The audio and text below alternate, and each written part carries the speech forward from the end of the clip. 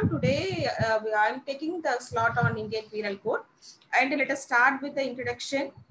And this is not going to be the academic view; it is going to be more and more view of this examination point of view, how you are going to confront the competitive exams. Along with that, there's some slight touching with respect to the participatory, with respect to the practical issues also.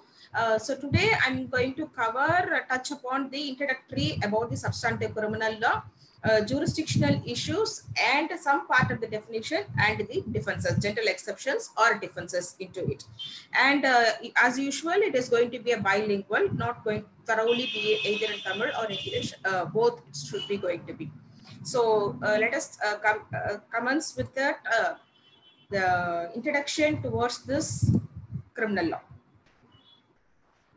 So we all know that we have two broad spectrum of criminal law. One is substantive criminal law, another one is procedural criminal law. So substantive criminal law, which speaks about what is what and what is the end. And the procedural law, how we are going to execute this substantive criminal law. So நமக்கு entire criminal லா வந்து நம்ம ரெண்டா பிரிச்சுக்கலாம். ஒன்னு substantive criminal லா, இன்னொன்னு procedural லான்னு சொல்லிட்டு. அப்ப substantive criminal லால வந்து வாட் இஸ் வாட்னு இருக்கும். What do you mean by this? Definitions இருக்கும், அதுக்கான end result இருக்கும், punishments இருக்கும். Procedural lawsல இந்த substantive criminal lawவை எப்படி execute பண்ணலாம் அப்படிங்கிறது substantive criminal lawல அங்க இருக்கும். So both should travel parallelly. One should not cannot travel without the help of another. Procedural law shall not travel all alone without the help of the substantive law. Same wise, a substantive law cannot travel without the help of the procedural law. So வந்து ஒரு ரெண்டுமே சேர்ந்து ஒண்ணா parallel travel பண்ணாதான் criminal justice system அப்படிங்கிறது அங்க fulfill ஆகும். So அப்போ அதுக்கு எல்லாமே பேஸா இருக்கிறது நமக்கு crime அப்படின்ற ஒண்ணுதான். So without crime there is no criminal law, there is no criminal justice system at all. So the criminal law initiates when at the time the crime commits. எப்போ ஒரு crime commit ஆகுதோ அந்த moment தான் criminal justice system அப்படிங்கிற ஒண்ணு initiate ஆகுற அந்த stage.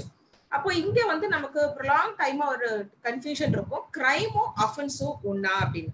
Weather crime and offence is one and same, அது சினானிம்ஸா கொண்டு போலாமா அப்படின்னு பார்த்தோம்னா it is not one and same. கிரைமும் அஃபென்ஸும் ஒரே டெர்மினாலஜி கிடையாது, சினானிம்ஸ் கிடையாது. ஸோ கிரைம் அப்படிங்கிறது ஒரு ஜெனரிக் டேர்ம். ஸோ எல்லாத்தையுமே உள்ளடக்கியதான் கிரைம் அப்படிங்கிறது. அப்போ அஃபென்ஸ்ங்கிறது ஒன் ஆஃப் த ஸ்பீஷிஸ் தான் இங்க நமக்கு அஃபென்ஸ் அப்படிங்கிறது. அப்ப லா ஆஃப் கிரைம்ஸ் அப்படின்னு பார்த்தோம்னா அஃபென்ஸோடைய மொத்த காம்பினேஷன் தான் நம்ம லா ஆஃப் கிரைம்ஸ் அப்படின்னு சொல்லி சொல்றோம். ஃபார் எக்ஸாம்பிள் நம்ம இப்ப பார்ப்போம், அஃபென்சஸ் அகெயின்ஸ்ட் ஹியூமன் பாடின்னு பார்ப்போம், not crimes against human body.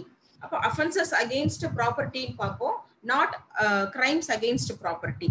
So அப்ப கிரைம் அப்படிங்கிறது அஃபென்சஸ் அகெயின்ஸ்டையும் உள்ளடக்கியது, அஃபென்சஸ் அகெயின்ஸ்ட் ப்ராப்பர்ட்டியும் உள்ளடக்கியது, டெஃபமேஷனையும் உள்ளடக்கியது, அஃபென்சஸ் அகெயின்ஸ்ட் ஸ்டேட்டையும் உள்ளடக்கியது. அப்ப கிரைம்ங்கிறது ஒரு ஓவரால் நியூக்ளியஸ் மாதிரி, அதுல இருக்கிற ஒரு பார்ட் என்னன்னா நமக்கு அஃபென்ஸ் எடுத்துக்கிறோம். அப்ப அஃபென்ஸ் கிரைம் ரெண்டுத்தையும் நம்ம வந்து உள்ள கொண்டு வந்து அங்க பிளண்ட் பண்ணும் போது நமக்கு முக்கியமா தேவைப்படுற ஒண்ணு, இதெல்லாம் சேர்ந்தா கிரைம் அப்படிங்கிறது ஒண்ணு ஃபுல்ஃபில் ஆகும். எதனுடைய காம்பினேஷன் கிரைம் அப்படிங்கறத ஃபுல்ஃபில் ஆகும் அப்படின்னு பார்க்கும்போது it's general, it is not only the concept which we are following in Indian criminal justice system, it is a universal principal.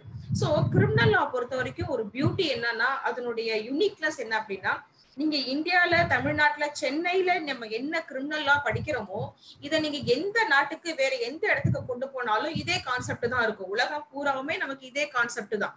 But வந்து உங்களுக்கு சிவில் லா இங்க ஒரு சிவில் லா இருக்கும், நமக்கு வந்து வெளியில ஒரு இடத்துக்கு போகும்போது அங்க ஒரு சிவில் லா இருக்கும். ஆனா கிரிமினல் லா பொறுத்த வரைக்கும் நீங்க இங்க இதுல மாஸ்டர் ஆயிட்டீங்க, அந்த கான்செப்ட், அந்த ஃபண்டமெண்டல் பேசிக்ஸ்ல மாஸ்டர் ஆயிட்டீங்கன்னா நீங்க உலகத்துல எந்த மூலைக்கு போனாலுமே இதே கான்செப்ட் தான், நீங்க அஃபென்ஸை மட்டும் தான் மாத்தி அங்க பார்க்க போறோமே தவிர பட் பேசிக் ஃபண்டமெண்டல்ஸ் நமக்கு ஒன்னாதான் இருக்கும். அப்ப அந்த பேசிக் ஃபண்டமெண்டல் என்ன அப்படின்னு பார்த்தோம்னா, ஆக்டர்ஸ் ரியாஸும் இருக்கணும், மென்ஸ் ரியா இருக்கணும் அப்படின்னு நம்ம ஜெனரலா பார்ப்போம். It's a technical term, mens rea and actus reus. So for any act or any action, if you want to convert that person into an offender or a criminal, we are in a burden to prove that that action involves two elements. One is intention, another one is execution. So அப்ப இன்டென்ஷனும் இருக்கணும், எக்ஸிகியூஷனும் இருக்கணும். ரெண்டும் சேர்ந்து எங்க blend ஆகுதோ அந்த இடம் தான் அந்த ஆக்ட் வந்து கிரைம் அப்படிங்கிற ஒரு கான்செப்டுக்குள்ள உள்ள வந்து நமக்கு அங்க ஃபிட் ஆகும். இப்ப இதுல ஏதாவது ஒண்ணு ஆப்சென்ட் ஆகுதுன்னா ஆட்டோமேட்டிக்கா அங்க பெனிஃபிட் ஆஃப் டவுட் அப்படிங்கிற கான்செப்ட் உள்ள வந்துடுறதுனால it is the role or it is the obligation on the part of the state or the part of the investigating or enforcement agency to prove that the action involves both. So இங்க வந்து சில இடத்துல நமக்கு action இல்லாம இருந்தாலும் அஃபென்ஸா consider பண்ணுவாங்க, intention இல்லாம இருந்தாலும் சில இடத்துல நமக்கு அஃபென்ஸா கன்சிடர் பண்ணுவாங்க. இந்த ஒரு இடம் மட்டும்தான் நமக்கு கண்ட்ரி டு கண்ட்ரி டிஃபர் ஆகும். Other than that, actus reus and mens rea consist of a crime in a full form is a general perspective. Then comes the how come it is the what is this mental element and what is this action? So mental element அப்படிங்கிறது it is not a simple mental element. அப்போ வந்து எனக்கு சாதாரண ஒரு mental என்னுடைய mental thought எல்லாமே mental thinking எல்லாமே crime ஆகுமா அப்படின்னா கிடையாது. அப்போ அதுல என்ன இருக்கணும், கில்ட்டி எலிமெண்ட் அப்படிங்கறது அங்க ரொம்ப முக்கியம். மென்ஸ் ரியா அப்படிங்கிறது மென்டல் எலிமெண்டா இருந்தாலுமே அந்த mental element should possess the guilty. So ஒருத்தனை வந்து சாகடிக்கிற மாதிரியோ இல்ல அவனுடைய ப்ராப்பர்ட்டிய எடுத்துக்கிற மாதிரியோ இல்ல அவனை கிட்னாப் பண்ற மாதிரியோ இல்ல ஒரு டேமேஜோ இல்ல ஒரு ராங்ஃபுல் லாஸே கொடுக்கற மாதிரியோ அந்த இன்டென்ஷன் அங்க இருந்தா மட்டும்தான் அந்த மென்டல் எலிமெண்ட் நம்ம மென்ஸ் ரியா அப்படிங்கிற கான்செப்டுக்குள்ள வரும். தென் அதை எக்ஸிக்யூட் பண்ற பார்ட். இப்ப எனக்கு அந்த மென்டல் எலிமெண்ட் மட்டும் இருக்கு. சோ ஒருத்தனை வந்து அடிக்கணும், ஒருத்தகிட்ட இருந்து அந்த ப்ராப்பர்ட்டி எடுக்கணும் அப்படின்னு எனக்கு வந்து ஒரு மென்டல் எலிமெண்ட் மட்டும் இருக்கு. ஆனா அதை நான் எக்ஸிக்யூட் பண்ணல, நான் அப்படியே நினைச்சிட்டே இருக்கேன், எப்ப பார்த்தாலும் மைண்ட்ல ஃபீலிங்கே இருக்கு. சோ இவகிட்ட இருந்து எப்படியாவது இதை எடுத்துடணும், எப்படியாவது இவனை வந்து சாகடிச்சணும்ன்ற எலிமெண்ட் மட்டும் எங்கிட்ட இருக்கு. பட் அதுக்கான எக்ஸிக்யூட் நான் பண்ணல அப்படின்னா then one part alone is there, the next part is keeping quiet over there, then it will not constitute it as a full form of crime. அப்போ அதை எக்ஸிக்யூட் பண்ணணும். அப்ப அங்க எக்ஸிக்யூட் பண்றது தான் என்னது, actus reus. அப்ப அந்த ஆக்ஷன் எப்படி இருக்கணும், that action must be an act which is prohibited by the law. அப்ப அந்த ஆக்ட் எப்படி இருக்கணும்னா அந்த லாவால ப்ரோஹிபிட் பண்ணப்பட்ட ஒரு ஆக்டா இருக்கணும். அப்படி இருந்தா மட்டும்தான் அது கிரைம் அப்படிங்கறத அங்க ஃபுல்ஃபில் பண்ணும். actus mens rea plus actus reus is equal to a crime. So இதுதான் நமக்கு வந்து இந்த காமன் லா பிரின்சிபல்க்கும் நம்ம இந்தியன் பீனல் கோட்ல இந்தியன் கிரிமினல் ஜஸ்டிஸ் சிஸ்டம்ஸ்க்கும் ஸ்லைட் டிஃபரன்ஸ் இருக்கும். காமன்ல ஃபார் எக்ஸாம்பிள் இங்கிலாந்துல எடுத்துக்கிட்டோம் அப்படின்னா எப்பவுமே வந்து இன்டென்ஷனும் இருக்கணும் ஆக்ஷனும் இருக்கணும்னு எதிர்பார்க்க மாட்டாங்க. சம்டைம்ஸ் ஆக்ஷன் மட்டுமே இருந்தா விட்டுருவாங்க, சம்டைம்ஸ் இன்டென்ட் மட்டுமே இருந்ததுன்னா எடுத்துப்பாங்க. பட் நம்ம சம்டைம்ஸ் என்ன பண்றோம், இந்த இன்டென்ஷன் அப்படிங்கறத ரொம்ப ஸ்ட்ரிக்டா ஃபாலோ பண்றோமா அப்படிங்கறத இங்க question. Whether Indian Penal Code is strictly following that intention is must in all crime.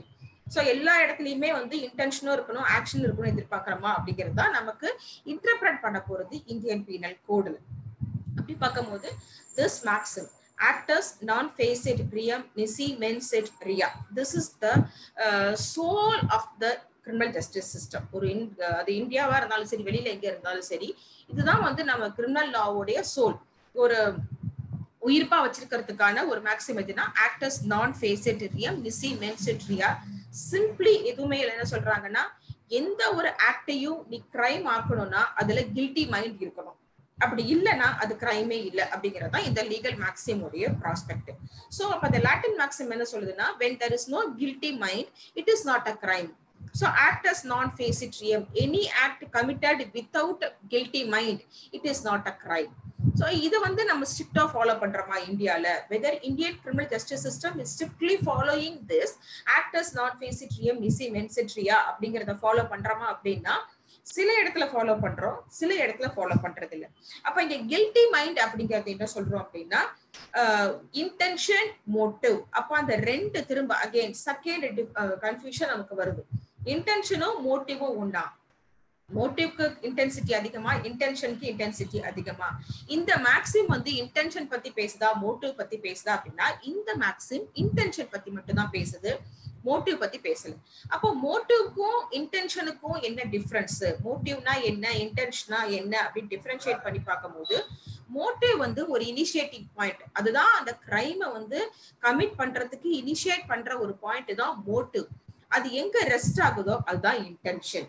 அப்போ ஃபார் எக்ஸாம்பிள் ஒருத்தன் வந்து ஒரு கடையில இருந்து ஒரு 2 பிரெட் பேக்கெட்டை திருடிடுறான். சோ திருடினா இப்போ அவன் மேல தெஃப்ட் கேஸ் கொடுத்துடுறாங்க. அப்ப அவனை வந்து இன்வெஸ்டிகேட் பண்ணும்போது அவன் என்ன சொல்றான், என்னோட குழந்தைங்க ரெண்டும் ரொம்ப பசியா அங்க இருக்காங்க, பசியில சாகர நிலைமையில இருக்காங்க, அவங்க பசிய போக்கணும்னா எனக்கு இந்த பிரெட் தேவைப்பட்டுச்சு, அதனால நான் எடுத்தேன். அப்போ இங்க மோட்டிவ் என்ன, அந்த பசியில இருக்க குழந்தைங்களுக்கு சாப்பாடு கொடுக்கணும் அப்படிங்கிறது மோட்டிவ். அந்த மோட்டிவ் எப்படி அவன் ஃபுல்ஃபில் பண்றான், இன்டென்ஷனை கொண்டு வரான். என்ன மாதிரி இன்டென்ஷன், ஒரு தப்பான இன்டென்ஷன், அந்த கடையில போய் திருடணும் அப்படிங்கிற ஒரு இன்டென்ஷன். அப்போ எனக்கு motive irrespective. Criminal justice system பொறுத்த வரைக்கும் மோட்டிவ் எனக்கு தேவை கிடையாது, எனக்கு என்ன தேவை, இன்டென்ஷன் தான் தேவை. அப்ப அந்த இன்டென்ஷன் என்ன, கில்ட்டி இன்டென்ஷன், திருடணும், அந்த கடையில போய் அந்த கடைக்காரனுக்கு தெரியாம காசு கொடுக்காம அந்த பிரெட்டை திருடணும் அப்படிங்கறதுதான் என்னோட இன்டென்ஷனா இருக்குது. அந்த இன்டென்ஷன் போய் எங்க ரெஸ்ட் ஆகுது, தெஃப்ட் அப்படிங்கிற அஃபென்ஸ்ல போய் எனக்கு அங்க ரெஸ்ட் ஆகுது. சோ இந்த மேக்ஸிம் நமக்கு என்ன சொல்லுதுன்னா, இன்டென்ஷனை பத்தி மட்டும் தான் பேசுதே தவிர மோட்டிவ் பத்தி பேசுறது இல்ல. பட் மோட்டிவ்க்கு எங்க நம்ம இடம் கொடுப்போம் அப்படிங்கிறது நம்ம ப்ரொசீஜரல் லால டிஸ்கஸ் பண்ண வேண்டியது. இங்க நான் ஸ்லைட்டா அதை டச் பண்றேன். மோட்டிவ் அப்படிங்கறத எங்க நம்ம அப்ரிஷியேட் பண்றோம் அப்படின்னா, questioning of sentence அப்படின்னு ப்ரொசீஜரல் லால ஒண்ணு வரும். ட்ரையல் ப்ரொசீஜர் பார்க்கும்போது ப்ராசிக்யூஷன் விட்னஸ்லாம் முடிச்சுட்டு டிஃபென்ஸுக்கு போறதுக்கு முன்னாடி எக்ஸாமினேஷன் ஆஃப் அக்யூஸ்ட் அப்படிங்கிற ஒரு ஸ்டேஜ் வரும்போது அங்க மோட்டிவ டச் பண்ணுவாங்க. உனக்கு உன்னை பத்தி ஏதாவது சொல்றதுக்கு இருக்கா அப்படின்னு கேட்கும் போது அங்க அந்த மோட்டிவ் வரும். நான் எதுக்காக இந்த கிரைமை கமிட் பண்ணேன்னு சொல்லிட்டு அங்க அவன் சொல்றதுக்கு ட்ரை பண்ணுவான். அங்கதான் நம்ம அந்த மோட்டிவ டச் பண்றோம். அதர் தென் தட் நம்ம இன்டென்ஷனுக்கு தான் ஃபுல்லா அங்க இம்பார்ட்டன்ஸ் கொடுக்குறோம். அப்ப இன்டென்ஷனை எந்தெந்த விதத்துல நம்ம கொண்டு வரோம் இந்தியன் பீனல் கோட்ல. நீங்க ஃபார் எக்ஸாம்பிள் இந்தியன் பீனல் கோட்ல எந்த அஃபென்ஸ் நீங்க எடுத்து பார்த்தீங்கன்னாலுமே மென்ஸ்ரியா அப்படிங்கிற டேர்மே இருக்காது. Nowhere you good find the term மென்ஸ்ரியா in any of the definitional part of the Indian Penal Code. It may be the theft, or it may be the murder, it may be the rape, or it may be the waging war or a sedition, or it may be the defamation. Nowhere you could find the term mens rea in the definition part. அப்போ mens rea வந்து define பண்ணல அப்படின்னும் போது நான் எங்க இருந்து அதை எடுத்துக்கிறேன். அப்ப mens rea இன்டைரக்டா என்ன சொல்லுது, இன்டென்ஷனை தான் சொல்லுது. அப்ப இன்டென்ஷனை டினோட் பண்ற டெர்மினாலஜிஸ்லாம் என்ன ஐபிசில பார்த்தோம் அப்படின்னா, dishonestly, fraudulently, intentionally, maliciously, voluntarily, wantonly, இந்த டேர்ம்லாம் நம்ம ரொம்ப ஜென்ரலா பார்ப்போம் எங்க ஐபிசியோட எந்த டெஃபினிஷன். ஐபிசி மட்டும் இல்ல, வேற எந்த சப்ஸ்டான்டிவ் லால பார்த்தாலுமே இந்த டெஃபினிஷன்ஸ் தான் இருக்குமே தவிர நமக்கு மென்ஸ் ரியா அப்படிங்கிற டேர்ம்ஸ் அங்க இருக்காது. அப்போ இந்த மென்ஸ் ரியா அப்படிங்கறதோடைய இன்வால்வ்மெண்ட் இது ஜஸ்ட் ஒரு அண்டர்ஸ்டாண்டிங்க்கு தான். மென்ஸ் ரியா அப்படிங்கறோட இன்வால்வ்மெண்ட் நமக்கு ஐபிசில எல்லா இடத்துலயும் கேட்கறோமா அப்படின்னா நம்ம எல்லா இடத்துலயும் கேட்க மாட்டோம். பிகாஸ் இது இங்கிலீஷ் லால ரொம்ப ஸ்ட்ரிக்டா ஃபாலோ பண்றாங்க. பட் இந்தியன் லால நம்ம அதை ஸ்ட்ரிக்டா ஃபாலோ பண்றது இல்ல. ஆஸ் பிகாஸ் காமன் லாவோட பிராக்டிஸ் என்னன்னா, நம்ம ஃபாலோ பண்றது adversary system of criminal law, அவங்க ஃபாலோ பண்றது accusatory system of criminal law. அப்ப adversary system of criminal law அப்படின்னா என்னன்னா, burden of proof lies on the state. So presumption of innocence இதுதான் adversary system of criminal law. அப்போ X versus state. X இங்க வந்து accused சொல்லப்படுற ஒரு மனுஷன் versus state. அப்ப ஸ்டேட் தான் என்ன பண்ணணும், எக்ஸ் மேல போட்டிருக்கிற அலிகேஷன்ஸ் ப்ரூவ் பண்ணணும். Burden of proof lies on the state. அப்ப ஸ்டேட் என்ன பண்ணுவான், இவனுடைய கில்ட்டிய ப்ரூவ் பண்றதுக்கு ட்ரை பண்ணுவான். அப்ப எக்ஸ் இங்க அக்யூஸ்ட் சொல்லப்படுறவன் என்ன பண்ணுவான், இவன் மேல போட்டிருக்க அலிகேஷன்ஸ டிஸ்ப்ரூவ் பண்றதுக்கு தான் ட்ரை பண்ணுவானே தவிர இன்னசென்ட் ப்ரூவ் பண்றதுக்கு அவன் ட்ரை பண்ண மாட்டான். Sorry, there is a difference between disproving a case and proving innocence. அப்போ இன்னசென்ஸ ப்ரூவ் பண்றான் அப்படிங்கிறதுக்கும் கேஸ டிஸ்ப்ரூவ் பண்றான் அப்படிங்கிறதுக்கும் டிஃபரன்ஸ் இருக்கு. அப்ப இன்னசென்ஸ ப்ரூவ் பண்றதுக்கு ட்ரை பண்றான் அப்படின்னா என்ன பண்ணணும், நான் பண்ணல அப்படிங்கிறது மட்டும் இல்லாம இது வேற யாரோ பண்ணாங்க அப்படிங்கறத நான் ப்ரூவ் பண்ணணும். இப்ப நான் பண்ணல அப்படிங்கிறதுக்கும் வேற யாரோ ப்ரூவ் பண்ணாங்க அப்படிங்கிறதுக்கும் என்ன பண்ணணும், நான் உட்கார்ந்து அந்த இன்வெஸ்டிகேட் பண்ணி எவிடன்ஸ கலெக்ட் பண்ணிருக்கணும். But adversary system of criminal law என்ன சொல்லுது, டிஸ்ப்ரூவ் பண்ணணும். அதான் நம்ம என்ன சொல்றோம், இவங்கள டிஃபென்ஸ் கவுன்சில் அப்படிங்கிறோம், டிஃபென்ஸ் அப்படிங்கிறோம். அப்ப டிஃபென்ஸ்னா என்ன, டிஃபெண்ட் பண்றோம். என்ன டிஃபெண்ட் பண்றோம், by defeating the allegations made against our client. அப்ப நம்ம கிளைண்ட் மேல போட்ட எல்லா அலிகேஷனையும் நம்ம டிஃபீட் பண்றோம். என்ன மாதிரி டிஃபீட் பண்றோம் இங்க, சோ இல்ல இது நான் பண்ணல, இது நான் பண்ணல, அவ்வளவுதான், இவங்க கொடுக்கறது எல்லாமே இல்ல, நாங்க பிரேக் பண்றதுதான் நம்மளுடைய ரோலா இருக்க போது எங்க நமக்கு இந்த ஜஸ்டிஸ் சிஸ்டத்துல பொறுத்த வரைக்கும். அப்ப இல்லன்னு ப்ரூவ் நம்ம பிரேக் பண்ணும் போதே என்ன ஆகும், ஆட்டோமேட்டிக்கா கோர்ட்டுக்கு வந்து ஒரு டவுட் கிரியேட் ஆகும். ஓகே, அப்போ இந்த இவங்க கொடுத்த இந்த கிரவுண்ட்ஸ் அவங்க இல்லன்னு ப்ரூவ் பண்றாங்க, இவங்க கொடுத்த கிரவுண்ட்ஸ் அவங்க இல்லன்னு சொல்றாங்க அப்படின்னும் போது ஆட்டோமேட்டிக்கா அங்க பெனிஃபிட் ஆஃப் டவுட் அப்படிங்கிறது இவங்க பக்கம் மோர் வெயிட்டேஜ் வந்துடும் அக்யூஸ்ட் பக்கம்.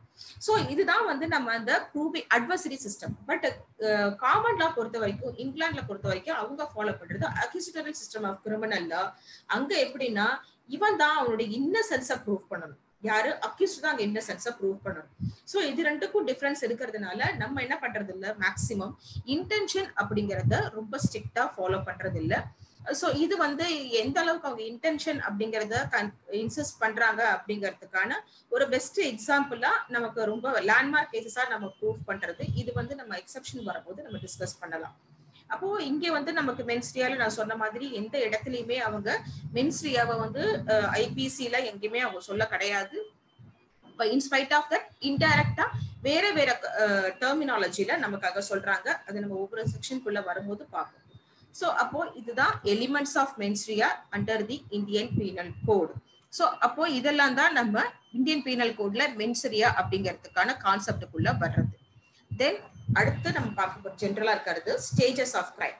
எப்ப வந்து ஒரு ஆக்ட் வந்து அந்த ஃபுல்ஃபில்டா கிரைம் அப்படிங்கிறதுக்குள்ள வந்து ஃபிக்ஸ் ஆகும் அப்படின்னு பார்க்கும்போது 5 ஸ்டேஜஸ் சொல்றோம். ஒன்னு intention, primary element is intention, guilty intention.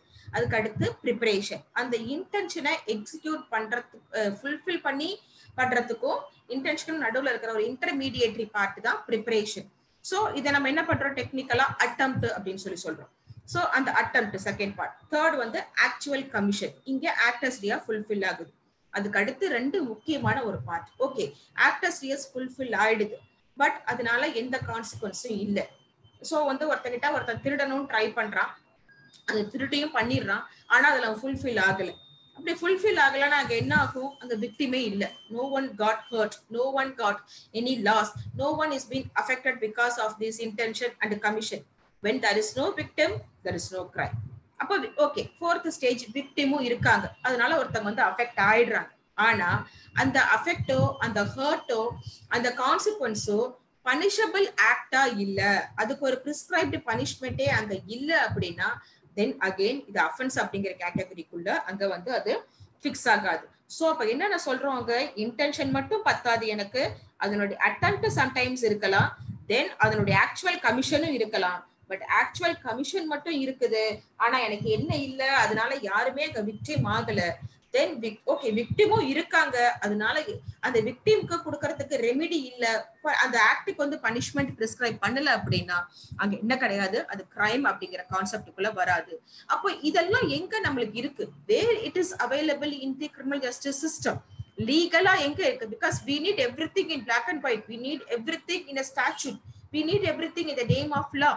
But where we could find this in the law, எங்க இருக்கு, நம்மளுக்கு ஆன்சர் எங்க இருக்குன்னு பார்த்தோம் அப்படின்னா we have two beautiful again legal maxims, nullum crimen sine lege, nullum poena sine lege.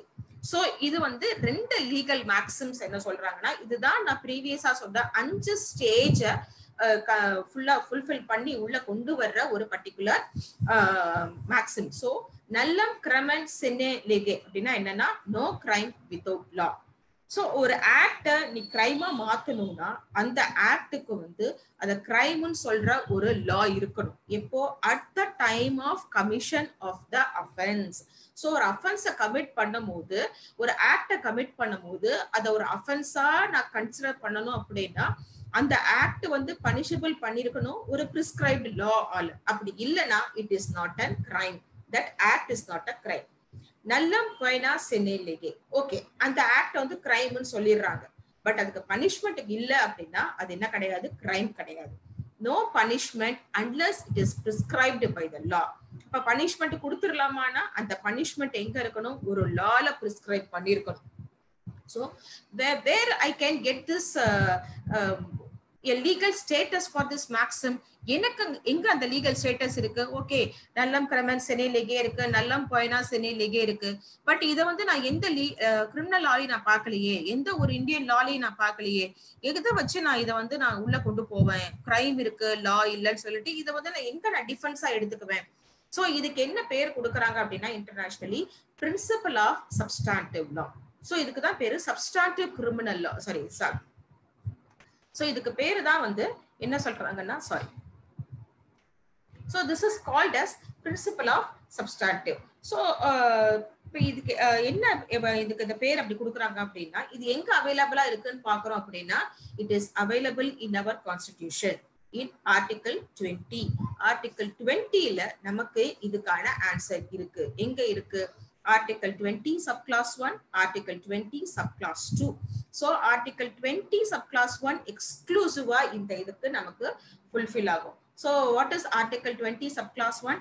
Ex post facto law.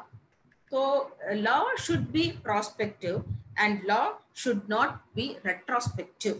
So principle of substantive justice அப்படிங்கிறதுக்குள்ள நம்ம உள்ள கொண்டு வரோம் அப்படின்னா அப்போ இந்த ஆர்டிகல் 20 சப்கிளாஸ் 1 நான் சொன்னதுபடி எக்ஸ்போஸ்ட் ஃபேக்டோ லா அப்படின்னும் போது ஒரு ஆக்ட நான் கிரைமா கன்சிடர் பண்ணும் போது அங்க ஒரு லா இருக்கணும். அந்த லால பிரிஸ்கிரைப்டு பனிஷ்மெண்ட் இருக்கணும். இந்த லாவும் பிரிஸ்கிரைப்டு பனிஷ்மெண்ட்டும் இந்த அஃபென்ஸ் எப்ப நடக்குதோ அந்த நேரத்துல எக்ஸிஸ்டன்ஸா இருந்திருக்கணும். Best example we can take this Nirbhaya's incident. Nirbhaya incident நடந்த உடனே, அதாவது நான் சொல்றது நிர்பயாவோட டெத்துக்கு முன்னாடி ப்ரூட்டலா வந்து அவங்கள ரேப் பண்றாங்க. அவங்க வந்து ஹாஸ்பிட்டல்ல இருக்காங்க. அப்படி ஹாஸ்பிட்டல்ல இருந்த உடனே entire country, entire media throughout the world, what is the agitation raised is that hang all the offenders. எல்லா அஃபெண்டரையும் ஹேங் பண்ணுங்க அப்படின்னு சொல்லிட்டு தான் நம்ம எல்லாருமே வந்து இன்க்ளூடிங் லீகல் ஃப்ரெட்டர்னிட்டி எல்லாருமே ரேஸ் பண்ணோம்.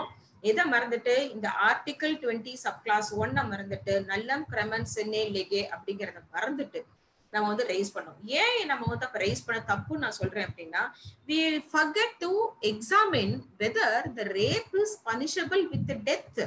அந்த டைம்ல 2012ல நிர்பயா இன்சிடென்ட் நடக்கும் போது 376ல பிரிஸ்கிரைப் பண்ணிருந்த பனிஷ்மெண்ட் என்ன? அந்த பனிஷ்மெண்ட் தான் அவனுக்கு கொடுத்திருக்க முடியும். நம்ம வந்து அவனுக்கு டெத் சென்டென்ஸ் கொடுங்கன்னு சொல்லி எல்லாருமே கேட்டுட்டு இருக்கும் போது we forget that it is not applicable. If it is applicable, it is violative of the fundamental principles, fundamental rights. So அந்த அஃபென்ஸ் நிர்பயா இன்சிடென்ட் நடக்கும் போது நமக்கு கிரிமினல் லா அமெண்ட்மெண்ட் ஆகல. 2012 டிசம்பர்ல அன்னைக்கு நைட் இன்சிடென்ட் நடக்கும் போது நமக்கு எந்த லா எக்ஸிஸ்டன்ஸ்ல இருந்துச்சோ அந்த லா மட்டும்தான் இந்த 5 பேர் மேலே நம்ம அப்ளை பண்ணிருக்க முடியும். இத தாண்டி then let us come to this after the death of Nirbhaya இறந்துட்டாங்க. now it is coming within this rape and murder. okay, rape and murder வந்தாச்சு. இப்போ நம்ம கேட்கலாமானா கேட்கலாம். பட் இப்போ கிரிமினல் லா அமெண்ட்மெண்ட் வந்துருச்சு. இந்த 7 அக்யூஸ்ட்ல first prime accused A1 is an juvenile who was 17 years at the time of commission of the crime. so again I'm coming to this ex post facto law. Nirbhaya incident நடக்கும் போது juvenile justice act 2000 தான் நமக்கு எக்ஸிஸ்டன்ஸ்ல இருந்துச்சு. அதுக்கப்புறம் தான் criminal நமக்கு Verma commission போட்டாங்க. Verma commission recommendations கொடுத்தாங்க. 2013ல கிரிமினல் லா அமெண்ட்மெண்ட் வந்தது. 2015ல கிரிமினல் ஜுவெனல் ஜஸ்டிஸ் ஆக்ட வந்து அமெண்ட் பண்ணாங்க. இதெல்லாம் after the Nirbhaya incident. What was the law at the time of Nirbhaya incident alone is applicable to all the accused involved in the Nirbhaya incident. அப்போ அந்த juvenile justice அப்ப A1 எடுத்துக்கலாம். அப்ப A1 படி அந்த ஜுவெனல் ஜஸ்டிஸ் ஆக்ட் 2000 படி section 15 and 16ல orders may be and may not be passed against juveniles அப்படிங்கிற கான்செப்டை டச் பண்ணும்போது அங்க அவங்களுக்கு கொடுத்திருக்கப்பட வேண்டிய மேக்ஸிமம் சென்டென்ஸ் என்னன்னா release under probation for a period of 3 years. 3 years அவனை ப்ரொபேஷன் ஆஃப் அஃபெண்டர்ஸ் ஆக்ட் படி அவனை வந்து அங்க ரிலீஸ் பண்ணலாம் அப்படிங்கிற கான்செப்டை டச் பண்ணி தான் டெல்லி கவர்மெண்ட் அவனை 3 years ப்ரொபேஷன்ல வந்து ரிலீஸ் பண்ணாங்க with rehabilitative principle, with giving the livelihood. அப்ப நம்ம எல்லாருமே என்ன பண்ணோம், again we start to criticise. Okay, இந்த மாதிரி ப்ரூட்டலா ரேப் பண்ணா கவர்மெண்ட் நம்மளுக்கு தையல் மிஷின் கொடுக்கும், கவர்மெண்ட் நம்மள வெளியில விட்டுரும், நம்ம எல்லாருமே இந்த மாதிரி அஃபென்ஸ் கமிட் பண்ணலாம் அப்படின்னு கிரிட்டிசைஸ் பண்ண ஆரம்பிச்சோம். But as a members of this legal fraternity we have to create an awareness among the public that it is not like that, law is not like that. சட்டம் அந்த மாதிரி கிடையாது. அந்த நேரத்துல அந்த அஃபென்ஸ் கமிட் பண்ணும்போது இதுதான் சட்டமா இருந்ததுனால எக்ஸ்போஸ் ஃபேக்டோ லாவை ஃபாலோ பண்ணி தான் நம்ம என்ன பண்ணோம், 2000 ஆக்ட் படி என்ன இருந்துச்சோ அந்த பனிஷ்மெண்ட்டை அந்த A1க்கும் ரெஸ்ட் ஆஃப் தி அதர்ஸ்க்கு ரேப் அண்ட் மர்டருக்கு டெத் சென்டென்ஸ் பனிஷ்மெண்ட் இருந்துச்சு, ரேரஸ்ட் ஆஃப் ரேர் கேஸ் இருந்துச்சுனால அவங்களுக்கு அந்த பனிஷ்மெண்ட்டையும் நம்ம கொடுத்தோம். Okay fine. நெக்ஸ்ட் நமக்கு கிரிமினல் லா அமெண்ட்மெண்ட் 2013 வந்துருச்சு. இப்போ எல்லாத்தையுமே சேஞ்ச் பண்ணிட்டாங்க. இந்த சேஞ்சஸ் நிர்பயா அக்யூஸ்டுக்கு யாருக்குமே நம்ம அப்ளை பண்ண முடியாது. So these are all the general understanding regarding the concept of criminal law in India what we are following. So let us get into the actual என்ன அப்படிங்கிறதுக்குள்ள நம்ம உள்ள போவோம். ஐபிசி அப்படிங்கிறதுக்கு உள்ள நம்ம போய் என்டர் பண்ணலாம். So that is the thing what we are going to discuss now. Jurisdiction, definition and the punishments. இது மட்டும் தான் நம்ம இன்னைக்கு பார்க்க போறோம். நெக்ஸ்ட் ரெஸ்ட் ஆஃப் தி கிளாஸ்ல நம்ம மற்றதெல்லாம் பார்க்க போறோம். ஸோ ஜூரிஸ்டிக்ஷன் ஐபிசியில டச் பண்ணாத ஒரு சில சாப்டர்ஸ்ல ஜூரிஸ்டிக்ஷனும் ஒன் ஆஃப் த சாப்டர்ஸ். ஏன் அப்படின்னா நம்ம எப்பவுமே we are fixing a boundary within ourselves. So எனக்கு வந்து சென்னை தான் லிமிட், சென்னை தான் ஜூரிஸ்டிக்ஷன். நான் ஹைகோர்ட்ல பார்ப்பேன், செஷன்ஸ் கோர்ட்ல பார்ப்பேன், இல்லைனா எக்மோர் எம்எம் கோர்ட், இல்லைனா ஜார்ஜ்டவுன் எம்எம் கோர்ட், இல்ல சைதாப்பேட்டை எம்எம் கோர்ட். இப்போ வந்து நமக்கு கம்பைன்டு கோர்ட் எல்லாம் வந்துச்சு. ஸோ இதை தாண்டி நான் வந்து போறதா செங்கல்பட்டு போவேன், திருவள்ளூர் போவேன், இல்ல அதை தாண்டி போறதா மதுரை பெஞ்சுக்கு போவேன். ஸோ அதனால நம்ம என்ன பண்ண மாட்டேங்கிறோம், அந்த ஜூரிஸ்டிக்ஷன் அப்படிங்கிற கான்செப்டே டச் பண்ண மாட்டேங்கிறோம் இந்தியன் பீனல் கோட்ல. பட் ரொம்ப பியூட்டிஃபுல்லான கான்செப்ட் சாப்டர்ஸ் எதுனா, ரொம்ப கம்மியா இருக்கிற செக்ஷன்ஸ் இருக்கிற சாப்டர் எதுனா நமக்கு ஜூரிஸ்டிக்ஷன் அப்படிங்கிற சாப்டர். 4 செக்ஷன் தான், 2, 3, 4 and 5. So why I'm stating that this is the most important chapter that we have to discuss about is that it speaks about the application of Indian Penal Code. Now we are living in the digital era. Digital மீடியால இருக்கும், digital எரால இருக்கும், நம்ம சைபர் space அப்படிங்கிற ஒரு contemporary வேர்ல்டுல இருக்கும்போது come out of your jurisdiction, come out of your boundaries. Now traditional கிரைமோட சேர்த்து நமக்கு சைபர் கிரைமும் வந்து பீக்ல போயிட்டு இருக்கு. It is increasing day by day. Even every one of us are the victims of the cyber crime in one way or another. So நம்ம எல்லாருமே சைபர் கிரைம்ல வந்து அஃபெக்ட் ஆயிருக்கிற விக்டிமா தான் இருக்கும். அது வந்து நம்மளுடைய டேட்டாவை நம்மளுக்கே தெரியாம எடுக்கிறதா இருக்கலாம், இல்ல நம்மளுடைய கால் ரெக்கார்டிங்கா இருக்கலாம், இல்ல நம்மளுடைய போட்டோஸ் எடுக்கிறதா இருக்கலாம், இல்ல நம்மளுடைய டேட்டாஸை நமக்கு தெரியாம ஹேக் பண்றதா இருக்கலாம், இல்ல நம்ம ஆன்லைன் ஷாப்பிங்ல எதையாவது நம்ம வந்து லாஸ் பண்ணவங்களா இருக்கலாம், இல்ல வந்து ஆன்லைன் ஃப்ராட்ல வந்து நம்ம விக்டிமா இருக்கலாம். ஸோ இது எல்லாமே எதுக்குள்ள வந்து நமக்கு ரீச் ஆகுதுன்னா, இங்க நம்ம சொல்ற டெரிட்டோரியல் ஜூரிஸ்டிக்ஷன் அண்ட் அப்படிங்கிற கான்செப்டுக்குள்ள ஐபிசி நமக்கு கொடுத்துருக்கு. இது வந்து நமக்கு மற்ற சப்ஸ்டான்டிவ் லாக்குமே இது அப்ளை ஆகும். எங்கெல்லாம் சில சப்ஸ்டான்டிவ் லால ஜூரிஸ்டிக்ஷன் பத்தி பேசலையோ அங்கெல்லாம் we can take the help of this Indian Penal Code as a jurisdictional issue. இதுல IBC section 2 speaks about territorial jurisdiction and section 3 speaks about application of Indian Penal Code for the offense committed outside India. So இந்தியாக்கு வெளியில commit பண்ண ஒரு ஆக்டுக்கு IBC apply ஆகுமா அப்படிங்கிறது. Section 4 is extraterritorial jurisdiction. Section 5 is limitation. Sorry, it was wrongly typed as Section 6. Section 5 is limitation of application of IPC. இந்தியாக்குள்ளே இருந்தாலுமே IBC எதுக்கெல்லாம் apply ஆகாது அப்படிங்கிறது பார்க்க போறது. So Section 2, one of the most important section of Indian Penal Code. If you look into the definition or if you look into the way how it starts, how it commences, section 2 எப்படி commence ஆகும்ன்றத பார்த்தாலே first it will start as every person. So முதல் வார்த்தை எப்படி ஆரம்பிக்கும் அப்படின்னா every person அப்படின்னு தான் ஆரம்பிக்கும். அப்ப every person அப்படிங்கிறது தான் இந்த இடத்துல இருக்கிற interpretation. Every person shall be liable to punishment under this code, which he shall be guilty within India. So இதெல்லாம் அந்த செக்ஷன்ல இருக்கிற டெக்னிக்கல் டேர்ம்ஸ். அப்போ every person shall be liable. அந்த every person யார் யாரு? only Indian citizen-ஆ, இல்ல வெளியில இருந்து வந்திருக்கிற ஃபாரின் நான் இந்தியன் சிட்டிசனும் இல்ல ஃபாரின் சிட்டிசன்ஸ்க்கும் ஃபாரின் நேஷனலுக்கும் அப்ளை ஆகுமா? அவங்க கமிட் பண்ற ஆக்ட் இல்ல ஒமிஷன் இந்தியன் பீனல் கோட்ல கவர் ஆகுமா? பிகாஸ் அவங்க இந்தியன் சிட்டிசன் இல்ல. Indian penal code says that it is only applicable to Indian citizens மட்டுமா அப்படின்னா கிடையாது.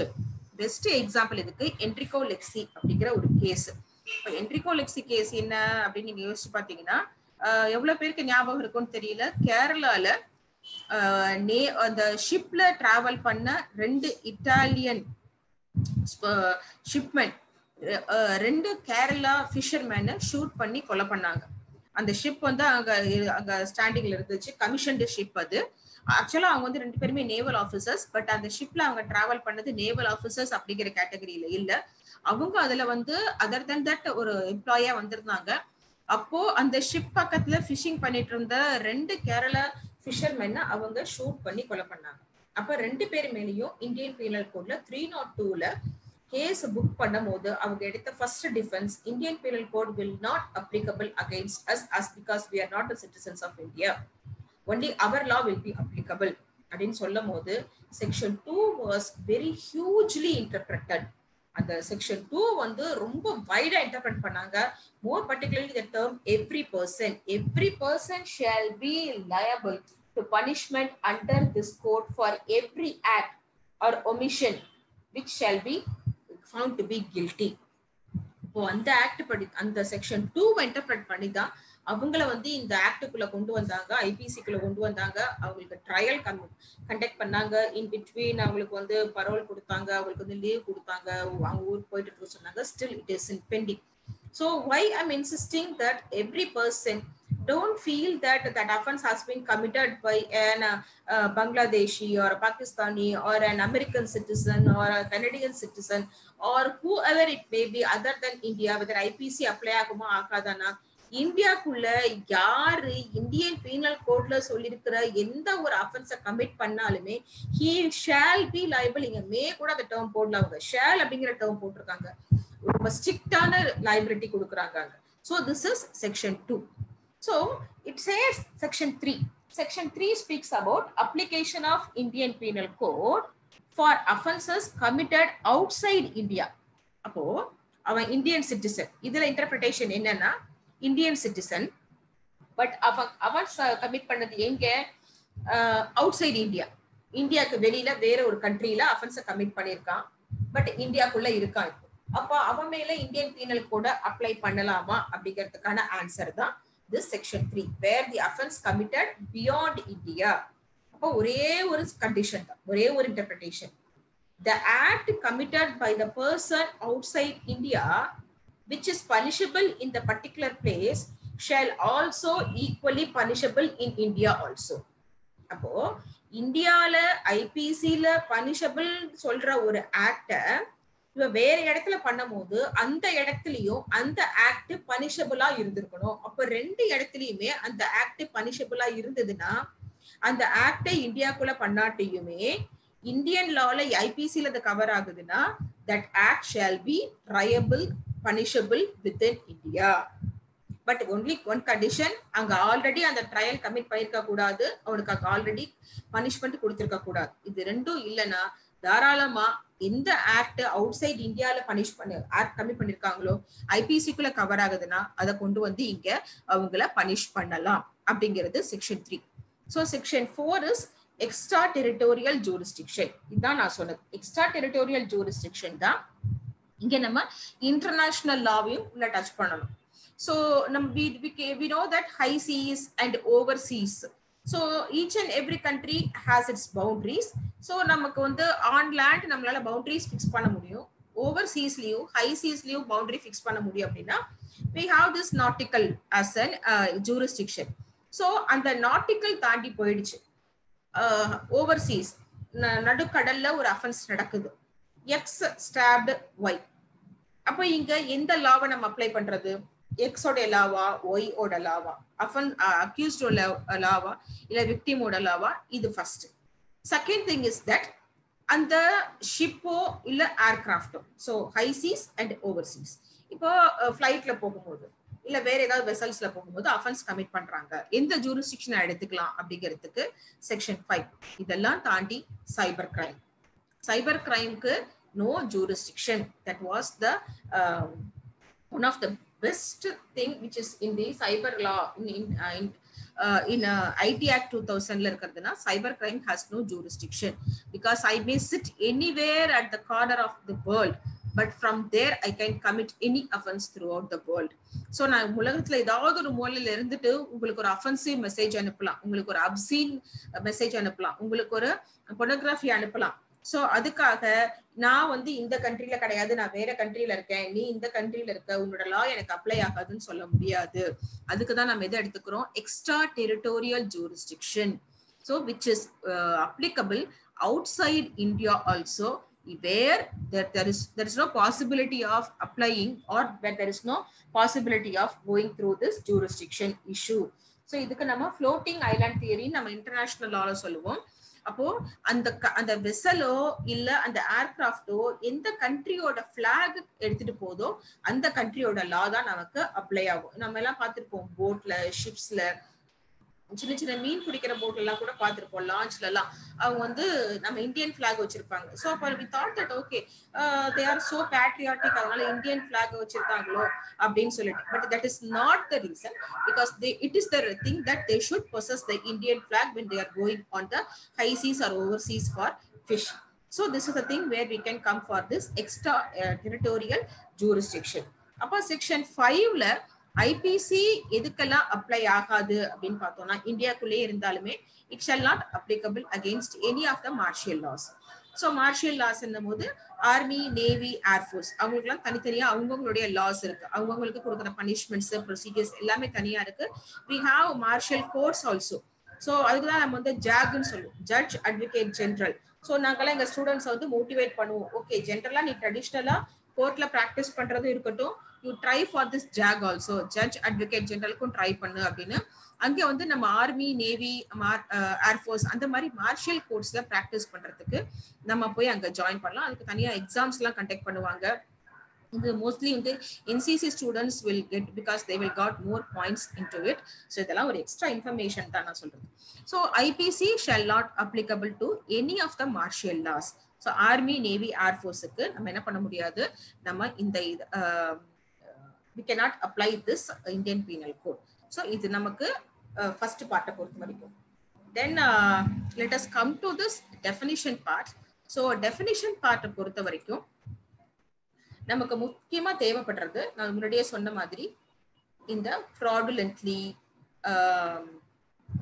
dishonestly, reason to believe, knowledge, wantonly, maliciously, இதெல்லாம் தான் ரொம்ப முக்கியமான டெஃபினிஷன். நமக்கு செக்ஷன் 6ல இருந்து செக்ஷன் 52A வரைக்கும் நமக்கு என்ன இருக்கு அப்படின்னு பார்த்தோம்னா இந்த டெஃபினிஷன் இருக்கும். மற்ற எல்லா ஆக்ட்லயும் பாத்தீங்கன்னா செக்ஷன் 2 உள்ள சப் கிளாஸ் கொடுத்திருப்பாங்க, Aல இருந்து Z வரைக்கும், இல்ல அதுக்கப்புறம் கூட போகும்.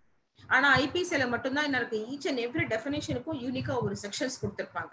ஸோ ரொம்ப லென்த்தியான செக்ஷன் கிளாஸ் இருக்கிறது எதுன்னு பார்த்தோம், டெஃபினேஷன் கிளாஸ் இருக்கிறது எதுன்னு பார்த்தோம்னா நம்ம இந்தியன் பீனல் கோட். அதுல நம்ம எல்லா டெஃபினேஷன்ஸையும் பார்க்க வேண்டிய அவசியம் இல்லை. முக்கியமா பார்க்க வேண்டிய டெஃபினேஷன்ஸ் எதுனா இந்த மென்ஸ்ரியா பத்தி பேசுற சில டெஃபினேஷன்ஸ். அதுல நம்ம சொல்ற மாதிரி இந்த fraudulently, dishonestly, reason to believe இதெல்லாம் இருக்கட்டும்.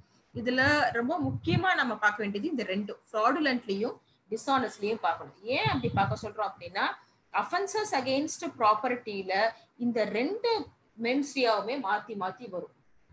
இது fraudulently and dishonestly. So theft எடுத்துக்கலாம், மிஸ்அப்ரோப்ரியேஷன் ஆஃப் ப்ராப்பர்ட்டி எடுத்துக்கலாம், இல்ல கிரிமினல் பிரீச் ஆஃப் ட்ரஸ்டா எடுத்துக்கலாம். இந்த மாதிரியான அஃபென்சஸ்லாம் பாத்தீங்கன்னா எய்தர் fraudulently இருக்கும் இல்லைன்னா dishonestly இருக்கும். இது ரெண்டுத்துக்கும் என்ன பெரிய டிஃபரன்ஸ் இருக்கு, ஒரு தின் லைன் டிஃபரன்ஸ் தான் fraudulentlyக்கும் dishonestlyக்கும். அப்ப நமக்கு இந்த டெர்மினாலஜி வச்சு பார்க்கும்போது fraudulently ரொம்ப இன்டென்சிட்டியாவும் dishonestly கொஞ்சம் கம்மி இன்டென்ஷனாவும் இருக்கிற மாதிரி தெரியும். ஆனா மோஸ்ட் இன்டென்சிட்டி இருக்கிறது எதுன்னு பார்த்தோம்னா dishonestly. இதை கம்பேர் பண்ணும்போது fraudulently கொஞ்சம் கம்மியான இன்டென்சிட்டி தான் இருக்கும். அப்போ ஏன் dishonestly வந்து ரொம்ப இன்டென்ஷனலா நான் சொல்றேன் அப்படின்னு பார்த்தோம்னா, நீங்க டெஃபினிஷனை பார்த்தீங்க அப்படின்னா it is not only to defraud. இப்ப நம்ம என்ன பண்ணலாம், ஃபர்ஸ்ட் fraudulently பார்த்துக்கலாம். அப்ப fraudulentlyக்கு என்ன சொல்றாங்க அப்படின்னா, with an intention to defraud, அவ்வளவுதான். by doing any act to defraud other. defraudனா என்ன, ஏமாத்துறது, மத்தவங்களை ஏமாத்துறது மட்டும்தான் என்ன இருக்கு அங்க இன்டென்ஷனா இருக்கும். பட் dishonestly என்ன இருக்குன்னா, not only to defraud others by way of causing wrongful loss also. அப்போ டீஃப்ராட் பண்ணி அவனுக்கு ராங்ஃபுல் லாஸையும் கொடுக்கணும் அப்படிங்கிறது உள்ள இருந்தா மட்டும்தான் நமக்கு இந்த டிஸ்ஆனஸ்ட்லி அப்படிங்கிறது வரும். அதனாலதான் நான் சொல்றேன் உங்களுக்கு fraudulently கம்பேர் பண்ணும்போது dishonestly will have most highest degree of intensity. For example இப்போ நீங்க தெஃப்ட்டுக்கான டெஃபினிஷன் பார்க்கலாம். ஐபிசி கையில புக் வச்சிருந்தீங்கன்னா செக்ஷன் 378ல டெஃபினேஷன் ஃபார் தெஃப்ட் எடுத்து பார்த்தீங்க அப்படின்னா இதுல ரெண்டு இன்டென்ஷனுமே வரும், dishonestly and fraudulently. So whoever intending to take dishonestly any movable property out of the possession and any person. So இங்க என்ன இருக்கு, dishonestly அப்படிங்கறதா இருக்கே தவிர fraudulently அப்படிங்கிறது கிடையாது. ஏன் dishonestly இருக்கு? நான் வந்து அப்போ தெஃப்டோடைய டெஃபினிஷன் என்ன இருக்கு, எலிமெண்ட்ஸ் என்ன இருக்கு, dishonest intention இருக்கணும், ரிமூவல் ஆஃப் ப்ராப்பர்ட்டி இருக்கணும், அந்த ப்ராப்பர்ட்டி என்ன மாதிரி ப்ராப்பர்ட்டி, மூவபிள் ப்ராப்பர்ட்டியா இருக்கணும், அந்த மூவபிள் ப்ராப்பர்ட்டிய அந்த லாஃபுல் ஓனர் கிட்ட இருந்து அவருடைய கன்சென்ட்டும் நாலேஜும் இல்லாம ரிமூவ் பண்ணிருக்கணும். இதுதான் எலிமெண்ட்ஸ் ஆஃப் தெஃப்ட். அப்போ நான் ரிமூவ் பண்றேன் அந்த ப்ராப்பர்ட்டியை, எனக்கு தெரியுது இந்த ப்ராப்பர்ட்டிக்கு நான் ஓனர் கிடையாது, அந்த ப்ராப்பர்ட்டி யார்கிட்ட இருக்கோ அவர் தான் அதோட லாஃபுல் ஓனர். அவருக்கு தெரியாம, அவருடைய கன்சென்ட் இல்லாம, அவருடைய நாலேஜ் இல்லாம அந்த மூவபிள் ப்ராப்பர்ட்டியை நான் என்ன பண்றேன், அவர்கிட்ட இருந்து நான் எடுத்துக்கிறேன். அப்படி எடுக்கும் போகுது என்ன ஆகுது, அந்த ப்ராப்பர்ட்டி எடுக்கிறதுனால எனக்கு என்ன வருது, ராங்ஃபுல் கெயின் வருது. அப்ப அந்த ராங்ஃபுல் அந்த ப்ராப்பர்ட்டியை அவர்கிட்ட இருந்து எடுக்கும் போது அவருக்கு என்ன வருது, ராங்ஃபுல் லாஸ் வருது.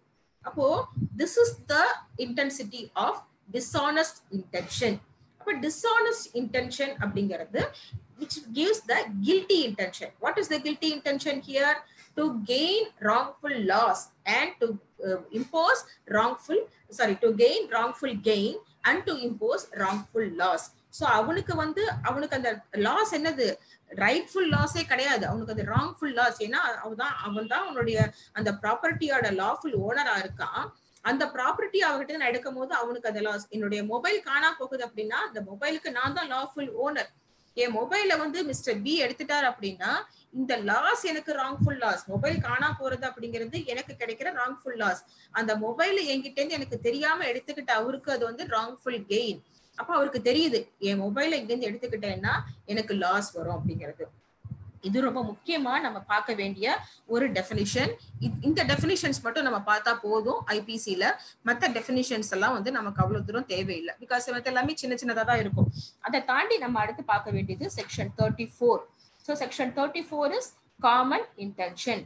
ஸோ இந்த காமன் இன்டென்ஷனை ஏன் நம்ம பார்க்கணும்? Because always there is a tough between common intention and common object. section 34க்கும் section 149க்கும் 141ல இருந்து 149க்கும் எப்பவுமே என்ன இருக்கும்னா அங்க ஒரு சின்ன ஒரு tug of war இருக்கும். what do you mean by common intention and what do you mean by common object அப்படிங்கிறது அங்க இருக்கும்.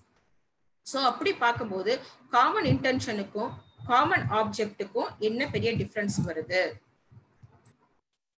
So this is with respect to definition. இதுதான் டெஃபினிஷனுக்கு நம்ம உள்ள பார்க்க வேண்டியது ஐபிசியை பொறுத்த வரைக்கும். அடுத்து let us come to this punishment. அப்போ பனிஷ்மெண்ட்ல என்னென்னலாம் நம்ம பார்க்குறோம் அப்படின்னா we have to discuss about punishments with respect to death sentence, imprisonment for life and solitary confinement and commutation. So இதுல நம்ம எல்லாருமே ப்ராக்டிஸ்ல இருப்போம். ப்ராக்டிசிங் அட்வொகேட்ஸும் இருக்காங்க, நம்ம ஸ்டூடெண்ட்ஸும் இதுல இருக்காங்க. இப்போ நமக்கு எத்தனை டைப்ஸ் ஆஃப் பனிஷ்மெண்ட் இருக்கு நமக்கு தெரிஞ்ச வரைக்கும்? இம்ப்ரிசன்மெண்ட், ஃபைன், ஃபோர்ஃபீச்சர் ஆஃப் ப்ராப்பர்ட்டி ரொம்ப ரேர். எல்லா கேசஸ்லயும் நமக்கு ஃபோர்ஃபீச்சர் ஆஃப் ப்ராப்பர்ட்டி வராது. எப்போ வரும் ஃபோர்ஃபீச்சர் ஆஃப் ப்ராப்பர்ட்டின்னும் போது செக்ஷன் 82 and 83 ஆஃப் சிஆர்பிசியில பார்க்கும் போது தான் நமக்கு அந்த ஃபோர்ஃபீச்சர் ஆஃப் ப்ராப்பர்ட்டி வரும். which means when he failed to pay the fine or when he was continuously absconding, then only we can go for this forfeiture of property. Otherwise then we cannot go for this forfeiture of property. But generally the punishment what we are very familiar with is death sentence, imprisonment for life, terms of imprisonment either rigorous or simple, and a fine. அப்ப இதெல்லாம் தான் நமக்கு கொடுத்திருக்காது. But actually there are 6 types of punishments under the Indian Penal Code. Suppose questions கேக்குறாங்க அப்படின்னா 6 types ஆ 4 types ஆ 5 types ஆன்னு கேட்கும்போது நீங்க 6 types தான் சொல்லணும். ஏன்னா 53ல சொல்லியிருக்கிறது 6 types of punishments இருக்குன்னு தான் நமக்கு ஐபிசில சொல்லியிருக்காங்க. இப்போ நமக்கு 5 types தான் ஃபாலோ பண்றோம். ஒரு டைப் வந்து இங்க ரிப்பல் பண்ணியாச்சு ஆஃப்டர் இண்டிபெண்டன்ஸ். அது நமக்கு இப்போ இல்ல, நமக்கு அது பிராக்டிஸ்ல இல்லாததுனால. அப்போ இங்க பனிஷ்மெண்ட் அப்படின்னு வரும்போது சில டெக்னிக்கல்ஸ் நம்ம பேசுவோம். Let us take an example of இப்போ ப்ராக்டிஸ் பாயிண்ட் ஆஃப் வியூல வருவோம். ஒரு கேஸுக்கு ட்ரையல் முடியுது, அப்ப அடுத்து ஜட்ஜ்மெண்ட். ஜட்ஜ்மெண்ட் அப்படிங்கிறது கிரிமினல் ஜஸ்டிஸ் சிஸ்டத்தை பொறுத்த வரைக்கும் என்ன? What do you mean by judgment here? Judgment means a decision with a reason. Simply சொல்லும்போது reasoned decision. Why the person is being convicted or why the person is acquitted. ஏன் இந்த மனுஷனை வந்து convict பண்ணாங்க, ஏன் இந்த மனுஷனை அக்யூட் பண்ணாங்க அப்படிங்கிறது தான் கன்விக்ஷன் ஆர் அக்யூட்டல் தான் ஃபைனாலிட்டி. அப்போ ஏன் அதை சொன்னாங்க அப்படிங்கிறதுக்கு ரீசன் கொடுக்கணும். அதுதான் நமக்கு என்னது ஜட்ஜ்மெண்ட் அப்படின்னு சொல்லுவோம். ஆனா இங்க 3 டெர்மினாலஜிஸ் இருக்கு. ஒண்ணு ஜட்ஜ்மெண்ட், சென்டென்ஸ் அண்ட் பனிஷ்மெண்ட். அப்போ ஜட்ஜ்மெண்ட், சென்டென்ஸ், பனிஷ்மெண்ட் மூணுக்கும் என்ன பெரிய டிஃபரன்ஸ் இருக்கு அப்படின்னு பார்க்கும்போது சிம்பிளா ஒரு எடுத்துக்கலாம். Mister A found guilty of offense of theft punishable under section 379 of CRPC, sorry IPC, convicted and sentenced to undergo the imprisonment for a term 3 years and fine of ₹5,000 in default of payment of fine, 2 months of rigorous imprisonment. அப்போ இதுதான் என்னது நமக்கு அந்த operative portion of judgement வச்சுக்கோ. இப்ப என்ன சொல்றாங்க? Find guilty சொல்றாங்க, அடுத்து கன்விக்ஷன் சொல்றாங்க, சென்டென்ஸ் டு அண்டர்கோன்னு சொல்றாங்க, இம்ப்ரிசன்மெண்ட் சொல்றாங்க. இப்ப 4 இருக்கு. அப்ப ஃபர்ஸ்ட் என்னது? Judgment, finality, whether the person is find guilty or not. அப்ப அந்த ஜட்ஜ்மெண்ட் ட்ரையல் முடிச்சதுக்கு அப்புறம் இவன் கில்ட்டியா இல்லையான்னு சொல்றது ஃபர்ஸ்ட் ஃபைண்டிங். அப்ப கில்ட்டி அப்படின்னா என்ன ஆகும்? As the state proved the charges beyond all reasonable doubt. அப்ப அங்க டவுட்டே இல்லாம என்ன பண்றாங்க? ஸ்டேட் அதை ப்ரூவ் பண்ணிடுறாங்க. அப்ப அக்யூட்டல்னா எப்ப இருக்கும்? as the state failed to prove the charges beyond all reasonable doubt, the benefit of doubt goes to the accused and the accused person acquitted in charges. அப்ப அந்த சார்ஜஸ்ல இருந்து அவனை அக்யூட் பண்றாங்க. அப்ப ஃபவுண்ட் கில்ட்டினும் போது it was proved beyond all reasonable doubt and found guilty.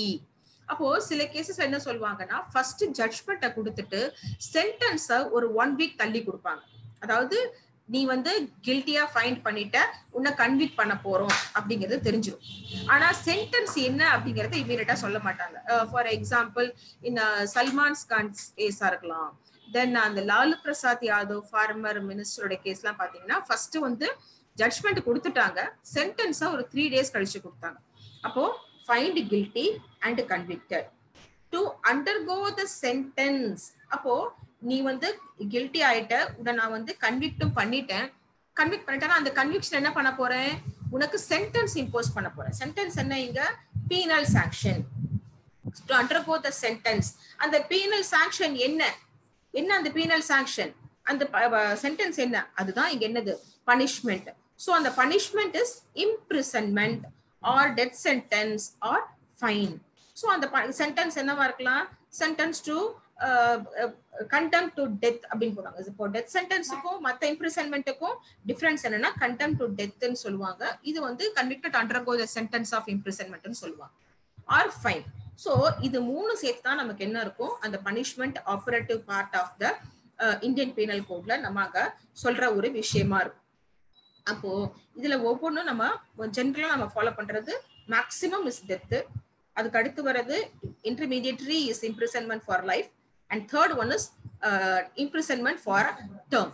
இப்ப term பார்த்தோம்னா imprisonment for term Indian penal கோட்ல எங்க இருந்தா லீஸ்ட் சென்டென்ஸ் ஆஃப் imprisonment எதுன்னு பார்த்தோம்னா till the rising of the court.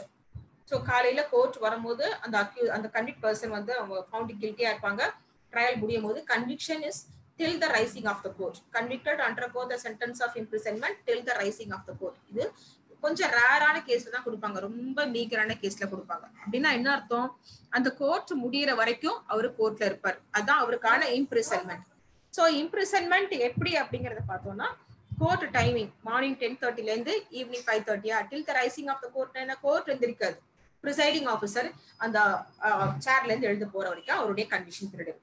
அதுக்கு அடுத்து it will start from 1 month, 2 months, 3 months, 6 months, 1 year, 2 year, then directly go to the another term 5 years, 7 years, 10 years, imprisonment for life. இதுதான் நமக்கு terms. ஐபிஎஸ்ல 1 வருஷம் 2 வருஷம் 3 வருஷம் 4 வருஷம் 5 வருஷம் நீங்க என்ன இருக்காது, இப்படி போயிட்டு இருக்காது.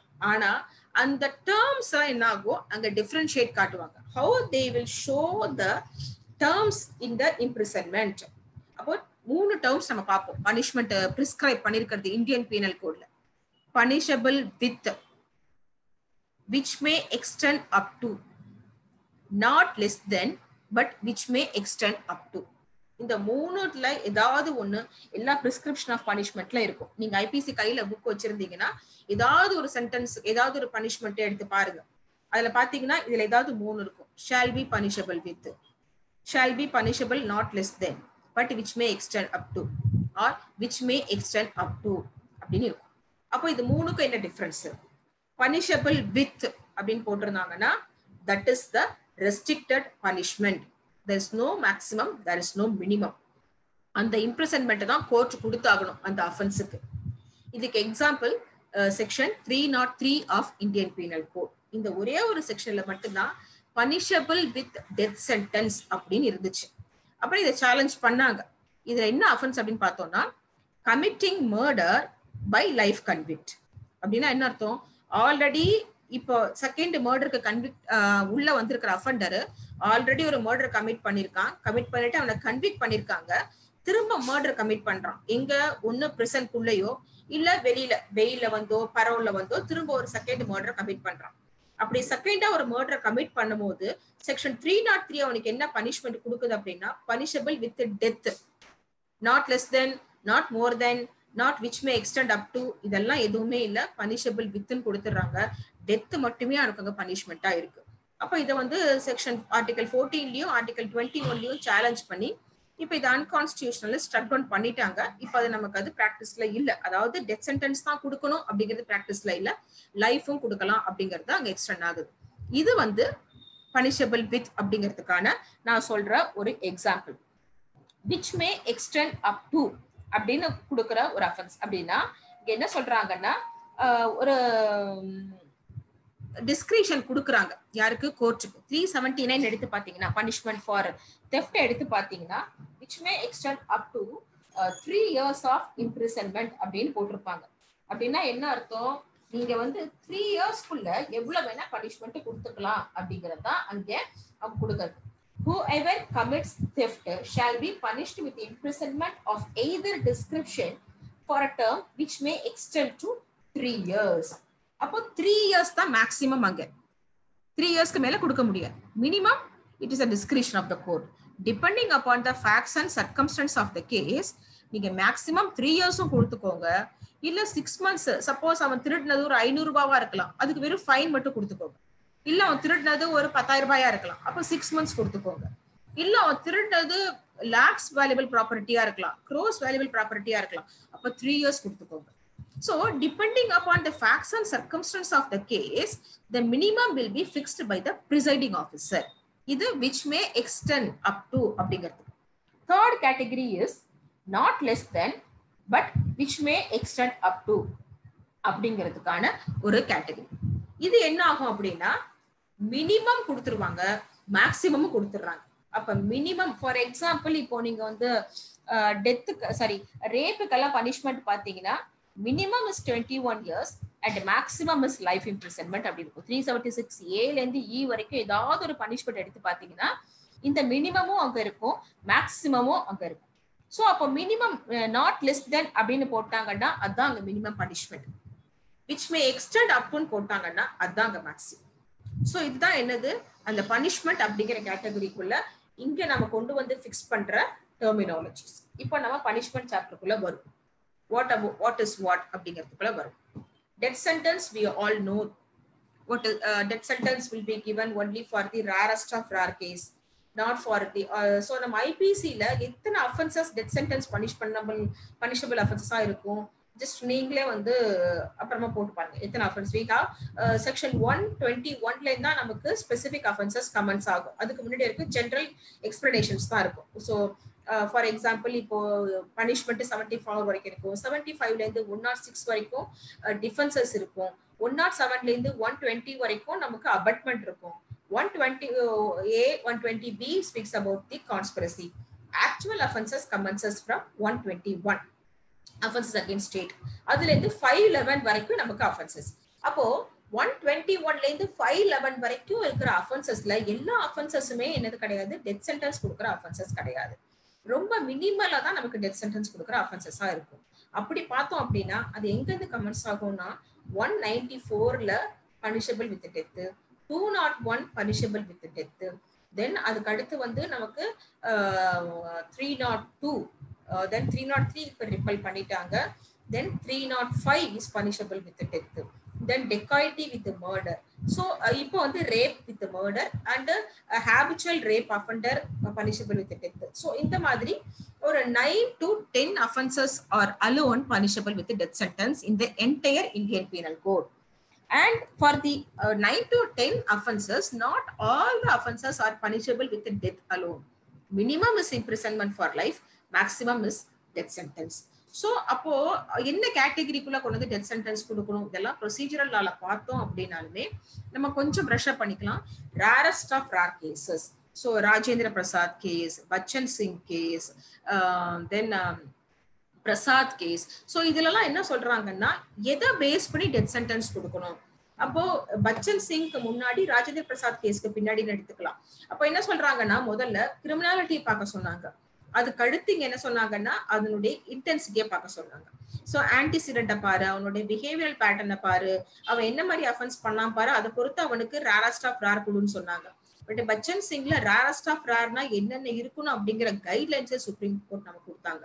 அப்ப ரேரஸ்ட் ஆஃப் ரேர்னா என்னன்னா அதனுடைய இன்டென்சிட்டி என்ன, கிராவிட்டி என்ன, அந்த விக்டிம் யாரு, என்ன மாதிரியான அஃபென்ஸை கமிட் பண்ணிருக்கான், எத்தனை விக்டிம், எந்த சர்க்கம்ஸ்டான்ஸ்ல கமிட் பண்ணிருக்கான், இதெல்லாம் தான் ரேரஸ்ட் ஆஃப் ரேர். இப்ப எல்லா மர்டருமே என்ன கிடையாது, டெத் சென்டென்ஸ் கொடுக்கறது கிடையாது. இப்ப நிர்பயா கேஸ் கொடுத்தாங்கன்னா it satisfy rarest of rare. அதே மாதிரி ஒரு சின்ன குழந்தைய ரேப் பண்ணி மர்டர் பண்றாங்க, ரொம்ப ப்ரூட்டலா மர்டர் பண்றாங்க, ஒரு டிசேபிள்ட ரேப் அண்ட் மர்டர் பண்றாங்க, இல்ல ஒரு டிசேபிள்ட மர்டர் பண்றாங்க, டெகாய்டி வித் மர்டர். ஸோ இதெல்லாம் என்ன பண்றாங்கன்னா அப்ப 305 நான் பனிஷபிள் வித் டெத் சொன்னேன். 305 எப்படின்னா என்னன்னா abetment of suicide of a child or insane. ஒரு சைல்டையோ ஒரு இன்சைன் பர்சனையோ சூசைட் பண்றதுக்கு அபெட் பண்றது பனிஷபிள் வித் டெத் சென்டென்ஸ். 194 201 நான் பனிஷபிள் வித் டெத் சென்டென்ஸ் சொன்னேன். ஏன் என்ன அப்படின்னா இது ரெண்டு சென்டென்ஸுமே டெத் சென்டென்ஸ் பனிஷ் பண்ணலாம் அப்படின்னு தெரிஞ்சு ஒருத்தன் போய் கொடுக்குற ஃபால்ஸ் எவிடன்ஸ், பொய் சாட்சி சொல்றது. அதாவது இவனுக்கு டெத் சென்டென்ஸ் கொடுக்கணும் அப்படிங்கிற இன்டென்ஷனோட கோர்ட்டுக்கு போய் பொய் சாட்சி கொடுக்குறான், அவனுடைய விட்னஸை பேஸ் பண்ணி அவனுக்கு டெத் சென்டென்ஸ் கொடுத்து அவனை வந்து எக்ஸிக்யூட்டும் பண்ணிடுறாங்க. அந்த யாருக்கு அகெயின்ஸ்டா இவன் பொய் சாட்சி சொன்னானோ அவனை. ஆனா அதுக்கப்புறம் தெரிய வருது இவன் பொய் சாட்சி சொல்லியிருக்கான் அப்படின்னு இருந்துச்சுன்னா அவனுக்கு டெத் சென்டென்ஸ் கொடுக்கலாம் அப்படிங்கிறது செக்ஷன் 194. 201 பொறுத்த வரைக்கும் டெத் சென்டென்ஸ் பனிஷ் பண்ற அஃபென்சஸ்க்கு ரிலேட்டடா இருக்கிற எவிடன்ஸை கன்சீல் பண்றது. அப்போ இந்த எவிடன்ஸ் வெளியில போனா உனக்கு டெத் சென்டென்ஸ் கிடைக்கிறதுக்கான பிரைமரி எவிடன்ஸா இருக்கும் தெரிஞ்சு அந்த எவிடன்ஸை கன்சீல் பண்றது 201. ஸோ இந்த மாதிரி ரேரஸ்ட் ஆஃப் ரேர்லாம் வரும்போது என்ன பண்றாங்க, டெத் சென்டென்ஸ் கொடுக்குறாங்க.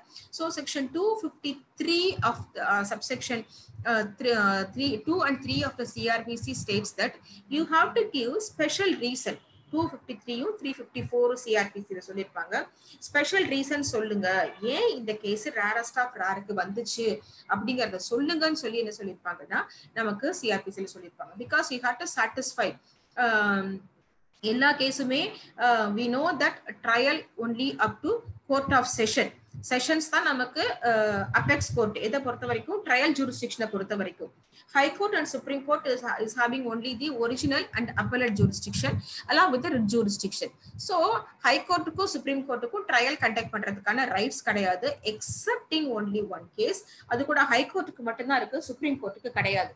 அந்த கேஸ் எதுன்னு பார்த்தோம் அப்படின்னா இந்த ரெஃபர்டு ட்ரையல் அப்படின்னு சொல்லுவோம், ஆர்டி கேசஸ் சொல்லுவோம். எப்பயாவது நீங்க காஸ்ட் லிஸ்ட்ல பாத்தீங்கன்னா ரொம்ப ரேரா இந்த ஆர்டி கேசஸ் வரும்.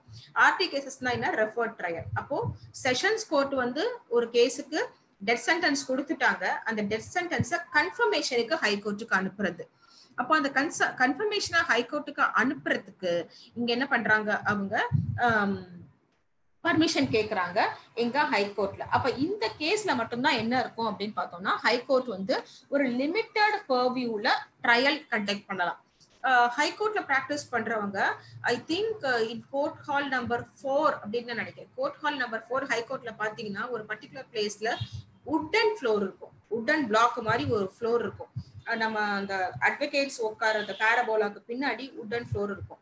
ஆக்சுவலா அது என்னன்னா, அந்த கோர்ட் வந்து முன்னாடி பிஃபோர் இண்டிபெண்டன்ஸ் ட்ரையல் கண்டக்ட் பண்ண ஒரு கோர்ட். அது அங்க என்ன பண்ணுவாங்க, கீழ இருந்து அந்த அக்யூஸ்ட் வந்து மேல கிரேன்ல வந்து அந்த உடன் ஃப்ளோர் வந்து ஓபன் ஆகும். அந்த அக்யூஸ்ட் வந்து அந்த கோர்ட்டுக்கு வருவாங்க.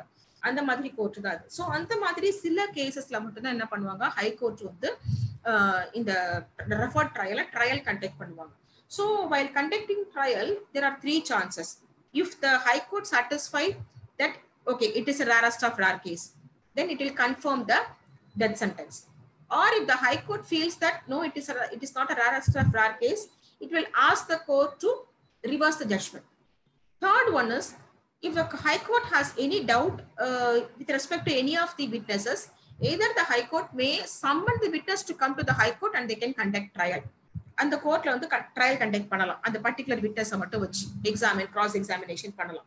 அப்படி இல்லைன்னா டினோவா ட்ரையல், திரும்ப வந்து இந்த கேஸை வந்து செஷன்ஸ் கோர்ட்டுக்கே அனுப்பி அந்த பர்டிகுலர் கன்சர்ன் விட்னஸஸ்க்கு மட்டும் திருப்பி ட்ரையலை கண்டக்ட் பண்ணுங்கன்னு சொல்லுவாங்க, இல்ல திரும்ப ஃபுல்லாவே ட்ரையல் கண்டக்ட் பண்ணுங்கன்னு சொல்லுவாங்க. This is with respect to death sentence.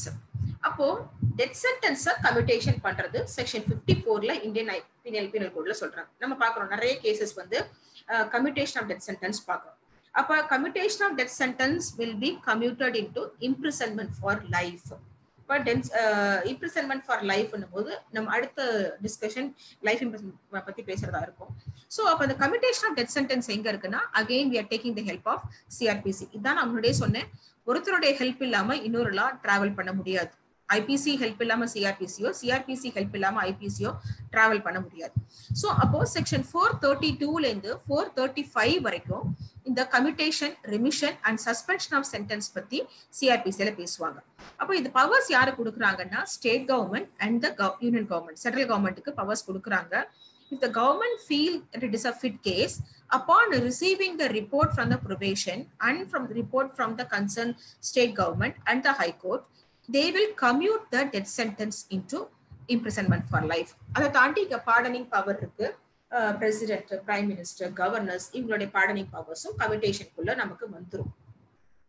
அப்போ இங்க என்ன சொல்றாங்க, இந்த கம்யூட்டேஷன் வந்து 366ல இருந்து 371 வரைக்கும் எக்ஸிகியூஷன் கன்ஃபர்மேஷன்ல இருந்து வந்ததுக்கு அப்புறம் என்னென்ன பண்ணணும் அப்படிங்கிறது இந்த 366 371 இங்கதான் நான் சொன்ன ரெஃபர்டு ட்ரையல் எல்லாமே இந்த ப்ரொவிஷன்ஸ்குள்ள வரும்.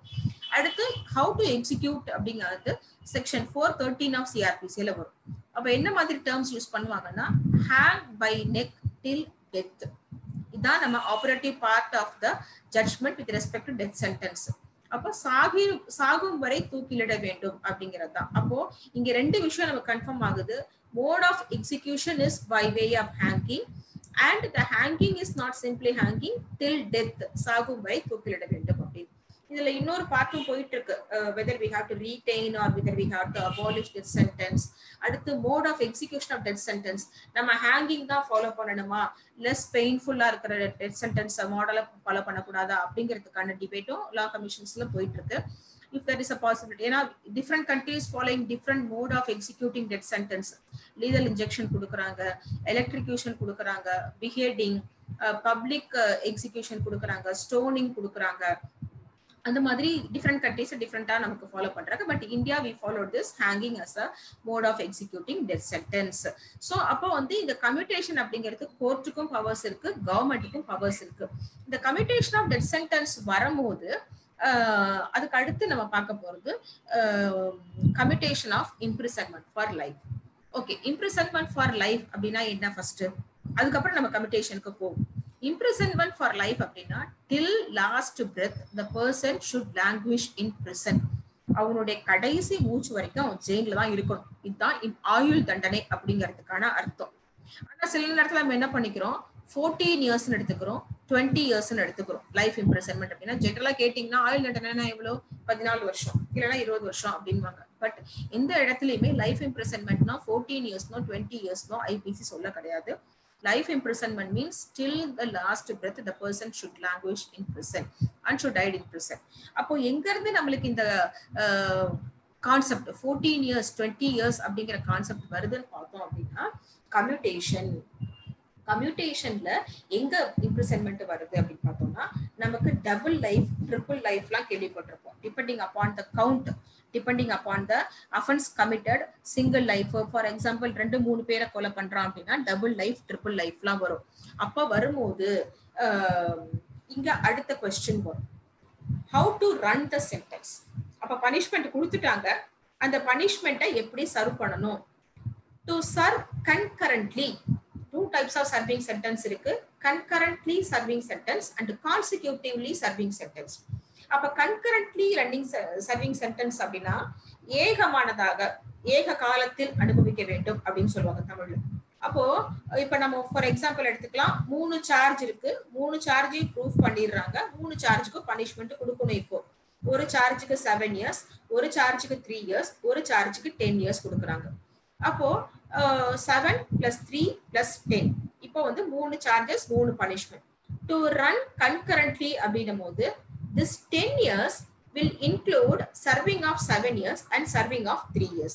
அப்போ 10 years தான் மேக்ஸிமம். இங்க அந்த 10 years of sentence சர்வ் பண்ணும் போது என்ன ஆயிடுது, அவன் 10 years சர்வ் பண்ணும் போது 3 years சர்வ் பண்ணிடுறான், 7 years சர்வ் பண்ணிடுறான். இது concurrently running sentence. consecutively running sentence அப்படின்னா one after another. So you have to serve totally 20 years. 7 years தனியா, 3 years தனியா, 10 years தனியா. அப்ப 20 years வந்து என்ன பண்ணணும், சென்டென்ஸை சர்வ் பண்ணணும். And there is no any hard and fast rule that you should prescribe sentence to run concurrently or consecutively.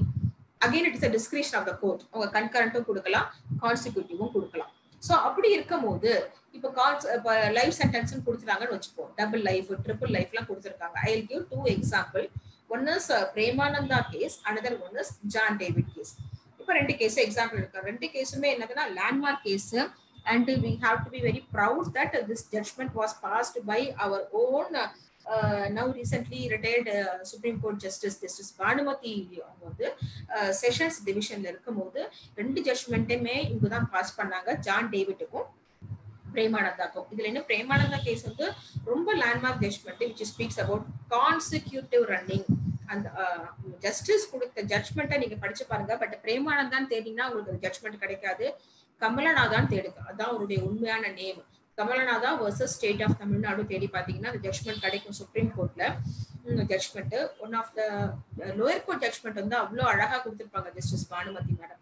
ஏன் அப்படின்னு சொல்றேன்னா, கான்சிக்யூட்டிவ் கொடுத்துருப்பாங்க, டபுள் லைஃப் கொடுத்துருப்பாங்க. அப்போ டபுள் லைஃப், இப்போ நம்ம லைஃப் இம்ப்ரிசன்மெண்ட் அப்படிங்கிற டிஸ்கஷனுக்கு வருவோம். Life means till last breath, consecutive one after another. எப்படி ஒருத்தன் வந்து ஒரு லைஃபே வந்து அவன் ஜென்மத்துக்கும் அங்க ஜெயில தான் இருக்கணும் போது செகண்ட் லைஃப் எப்படி வந்து சர்வ் பண்ணுவான். இப்ப ட்ரிபிள் லைஃப் இருக்கு, எப்படி வந்து சர்வ் பண்ணுவான். இல்ல லைஃபும் இருக்கு, 10 years இம்ப்ரிசன்மெண்ட் இருக்குன்னு வச்சுக்கலாம், அங்க கான்சிக்யூட்டிவ் இருக்கு. அப்ப எப்படி ஒரு லைஃப ஃபுல்லா 10 years சர்வ் பண்ணிட்டு அப்புறம் லைஃப் இம்ப்ரிசன்மெண்ட் போவானா, இல்ல லைஃப் இம்ப்ரிசன்மெண்ட் முடிச்சுட்டு 10 yearsக்கு வருவானா அப்படின்னு அங்க ஒரு கன்ஃபியூஷன் வரும். அப்படின்ற பட்சத்துல தான் என்ன சொல்றாங்க, this computation, this fraction. அப்ப என்ன சொல்றாங்கன்னா, one life is equivalent to 20 years. இப்ப டபுள் லைஃப் ட்ரிபிள் லைஃப்லாம் இருக்கு அப்படின்னா ஒரு லைஃப் நீ 20 years எடுத்துக்கோ. அப்போ ஒரு லைஃப்க்கு 20 yearsனா டபுள் லைஃப்க்கு 40 years, ட்ரிபிள் லைஃப்க்கு 60 years. அந்த மாதிரி தான் என்ன பண்ணாரு பிரேமானந்தா, 2-3 அப்பீல் போட்டாரு சுப்ரீம் கோர்ட்ல இந்த ஜட்ஜ்மெண்ட் சேலஞ்ச் பண்ணி. சுப்ரீம் கோர்ட் என்ன பண்ணாங்க, ஃபர்ஸ்ட் கான்சிக்யூட்டிவ் சேலஞ்ச் பண்ணாரு, இல்லைன்னு சொல்லிட்டாங்க. Double life triple life challenge பண்ணாங்க, இல்லைன்னு சொல்லிட்டாங்க. அவர் கடைசியில ஜெயிலுக்குள்ள தான் செத்து போனாரு. One of the best, we have to be proud that being. இதுல வந்து நான் விமன் சொல்றதுக்கு நீங்க தப்பா நினைச்சுக்காதீங்க. பட் பிராக்டிஸ்ல இருக்கிறவங்க நம்ம என்ன பண்ணணும், இந்த மாதிரி ஜட்ஜ்மெண்ட் எல்லாம் தேடி படிக்கணும். Because most of the people those are attending this programme are aspiring for the district judges, APP, public prosecutor, இவங்களுக்கெல்லாம் நீங்க வந்து எக்ஸாம் எழுதுறீங்க. ப்ளீஸ் இந்த மாதிரிலாம் இன்டர்பிரட் பண்ணி இந்த மாதிரி கேசஸ்லாம் தேடி எடுத்து நீங்களும் இந்த மாதிரி ஒரு லேண்ட்மார்க்கா வந்து ஜட்ஜ்மெண்ட்ஸ் கொடுக்கணும். உங்க ஜட்ஜ்மெண்ட் வந்து பின்னாடி வந்து யாராலையுமே ரிவர்ஸ் பண்ண முடியாத ஜட்ஜ்மெண்ட்ஸா இருக்கணும். So please go through these judgements. So supreme கோர்ட்டை ரிவர்ஸ் பண்ணல அந்த ஜட்ஜ்மெண்ட்டை. ஜஸ்டிஸ் பானுமதி மேடம் போட்ட ஜட்ஜ்மெண்ட்டை சுப்ரீம் கோர்ட் ரிவர்ஸ் பண்ணல. இதுதான் அங்க 20 years அப்படிங்கிறதுக்கு நம்ம எடுத்துக்காது. அப்போ கம்யூட்டேஷனுக்கு வருவோம். அப்போ அந்த 14 years கான்செப்ட் எங்க வருது அப்படின்னா, லைஃப் இம்ப்ரிசன்மெண்ட்டை 14 years கம்யூட் பண்ணுவாங்க. அதாவது இப்போ இதுக்கு நான் எக்ஸாம்பிள் கொடுக்க போறது வந்து ராஜீவ்காந்தி அசாசினேஷன் கேஸ் எடுத்துக்கலாம். ராஜீவ்காந்தி அசாசினேஷன் கேஸ்ல இப்போ ரொம்ப பீக்ல போயிட்டு இருக்கு. நான் ஆனா அதை டச் பண்ண போறது இல்லை. நான் இங்க லீகல் இன்டர்பிரேட்டிவ் பாயிண்ட்ல தான் டச் பண்ண போறேன். So Rajiv Gandhi அசாசினேஷனுக்கு special court constitute பண்ணாங்க. அதுல வந்து மோர் தென் 100 persons வந்து ப்ராசிக்யூட் பண்ணாங்க. ப்ராசிக்யூட் பண்ணதுல மோர் தென் 15% were found guilty and were sentenced for death sentence கொடுத்தாங்க. அத ஹைகோர்ட்ல போகும்போது 10 பேருக்கு அங்க கன்ஃபார்ம் பண்ணாங்க. சுப்ரீம் கோர்ட் போகும்போது கடைசியில 6 பேருக்கு கன்ஃபார்ம் பண்ணாங்க. அங்க 6 பேருக்கு கன்ஃபார்ம் பண்ணும்போது நளினியும் ஒன் ஆஃப் த அக்யூஸ்ட். அப்போ நளினி வந்து கன்சீவா பிரெக்னண்டா இருக்காங்க. அப்போ செக்ஷன் சிஆர்பிசிலே நமக்கு அந்த ப்ரொவிஷன் இருக்கு. எப்போ வந்து டெத் சென்டென்ஸா போஸ்ட்போன் பண்ணலாம், போஸ்ட்போன்மெண்ட்டுக்கு தான் அங்க இருக்கே தவிர ரிவோக் பண்றதுக்கு அங்க கிடையாது. எப்போ போஸ்ட்போன் பண்ணலாம் அப்படின்னா, அப்பீல் பெண்டிங்ல இருக்க போதோ, இல்ல அந்த அக்யூஸ்ட் வந்து கன்விக்ட் பர்சன் அப்ஸ்காண்டா இருக்க போதோ, மூணாவது பிரெக்னன்ட் உமன். இந்த 3 கேட்டகரியில நீங்க என்ன பண்ணலாம், டெத் சென்டென்ஸ் எக்ஸிகியூஷனை போஸ்ட்போன் பண்ணலாம். அப்ப என்ன பண்ணாங்க இவங்க, நளினிக்கு கம்யூட்டேஷன் கொடுத்தாங்க. என்ன கம்யூட்டேஷன்?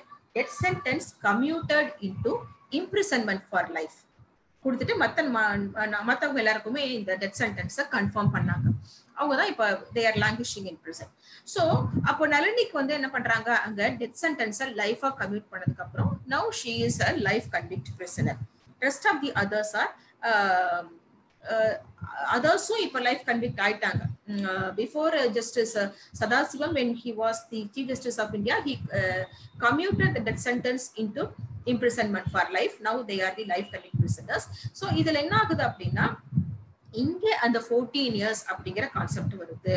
அப்போ லைஃப் சென்டென்ஸ் இப்போ வந்து நம்ம ஜென்ரலா கம்யூட்டேஷன் போவோம். டெத் சென்டென்ஸா இருந்தா லைஃபா கம்யூட் பண்ணுவாங்க. லைஃப் இம்ப்ரிசன்மெண்டா இருந்தா 14 years இம்ப்ரிசன்மெண்டா கம்யூட் பண்ணுவாங்க. ரிகரஸ் இம்ப்ரிசன்மெண்டா சிம்பிள் இம்ப்ரிசன்மெண்டா கம்யூட் பண்ணுவாங்க. சிம்பிள் இம்ப்ரிசன்மெண்டா ஃபைனா கம்யூட் பண்ணி அவங்கள ரிலீஸ் பண்ணுவாங்க. இதுதான் நமக்கு கம்யூட்டேஷன் கான்செப்டுக்குள்ள வரும். இப்போ வந்து நளினி வந்து நிறைய ரெட் பெட்டிஷன்ஸ் ஃபைல் பண்றாங்க ஹைகோர்ட்ல. இந்த மாதிரி நான் 14 years சர்வ் பண்ணிட்டேன், 20 years சர்வ் பண்ணிட்டேன், 27 years சர்வ் பண்ணிட்டேன், இன்னமும் நான் வந்து ஜெயில தான் இருக்கேன், கம்யூட்டேஷன் ஃபிராக்ஷன் வந்து நீங்க ப்ராப்பரா ஃபாலோ பண்ணல அப்படின்னு. The technicality behind this is that already initially she was sentenced to death sentence. அப்ப டெத் சென்டென்ஸ் என்ன பண்ணாங்க, லைஃபா கம்யூட் பண்ணிட்டாங்க அவங்களுக்கு. அப்ப லைஃபா கமிட் பண்ணதுக்கு அப்புறம் அவங்க லைஃப் இம்ப்ரிசன்மெண்ட் அப்படிங்கிற கான்செப்டுக்குள்ளதான் இருக்கணுமே தவிர அவங்க என்ன பண்ண முடியாது, 14 years அப்படிங்கிறத சேலஞ்ச் பண்ண முடியாது. பட் ரெமிஷன் கம்யூட்டேஷன்ல திரும்ப ஸ்டேட் கவர்மெண்ட் ஃபீல் பண்ணா, சென்ட்ரல் கவர்மெண்ட் ஃபீல் பண்ணா இப்போ அவங்கள ரெமிட் பண்ணி வெளியில விடலாம். இதுதான் நமக்கு லைஃப் இம்ப்ரிசன்மெண்ட்க்கும் டெத் சென்டென்ஸ்க்கும் கம்யூட்டேஷனுக்கு கொடுக்குற thing and fraction of imprisonment for life. Then அதுக்கு அடுத்து ஃபைன். தேர்ட் கேட்டகரி நம்ம ஜென்ரலா பாக்குறது ஃபைன், imposition of fine.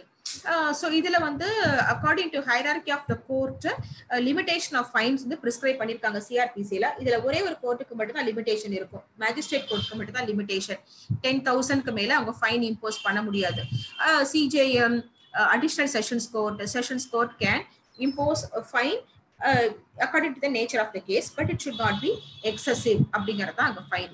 இதுல நான் சொன்ன மாதிரி இந்த டிஃபால்ட் ஃபைன் பே பண்ணல அப்படின்னா டிஃபால்ட் பேமெண்ட் ஆஃப் ஃபைன் எப்படி இருக்கணும் அப்படின்னா என்ன சொல்றாங்க, it should be in addition to the main imprisonment, but it should not exceed 1/4 of the maximum. இப்ப 10 years கொடுத்திருக்காங்க அப்படின்னா 10 yearsல 1/4 பார்த்தோம்னா 2 yearsோ 2.5 yearsோ அதுக்கு மேல வந்து இந்த டிஃபால்ட் ஆஃப் ஃபைன் போக கூடாது. அண்ட் டிஃபால்ட் ஆஃப் ஃபைன் உடைய இம்ப்ரிசன்மெண்ட் எப்பயோ நமக்கு மேக்ஸிமம் ரிகரஸ் இம்ப்ரிசன்மெண்ட்ல தான் கொடுப்பாங்க. ஸோ இப்போ அதுக்கு அடுத்து மூணாவது கேட்டகரி, இப்போ ஃபைன் மட்டுமே பனிஷ்மெண்ட், ஃபைனுக்கு அதை தாண்டி வேற பனிஷ்மெண்ட் கொடுக்கல. அப்படி இருக்கும் போது அவன் ஃபைன் கட்டல அப்படின்னா அவனுக்கு என்ன பனிஷ்மெண்ட் கொடுக்கலாம் அப்படின்னா 67ல என்ன சொல்றாங்க அப்படின்னா ஃபைன் அமௌண்ட்டை பேஸ் பண்ணி இம்ப்ரிசன்மெண்ட். இப்ப ஃபைன் அமௌண்ட் 50 ரூபாய்க்குள்ள இருக்குன்னா அவனுக்கு 2 months மேல கொடுக்க கூடாது. ஃபைன் அமௌண்ட் 100 rupees இருக்குன்னா அவனுக்கு 4 months மேல இருக்க கூடாது. அதுக்கு மேல போயிடுச்சுன்னா 6 monthsக்கு மேல இருக்கக்கூடாதுன்னு சொல்லிட்டேன். ஸோ அதனால in default of payment of fine பாத்தீங்கன்னா எல்லாமே 6 months ரிகரஸ் இம்ப்ரிசன்மெண்ட் தான் இருக்கும் if the fine amount is more than 100 rupees. So அதுல 1/4 அப்படிங்கிறது நம்ம இங்க கொண்டு வரதுக்கு சான்சஸ் இல்லை.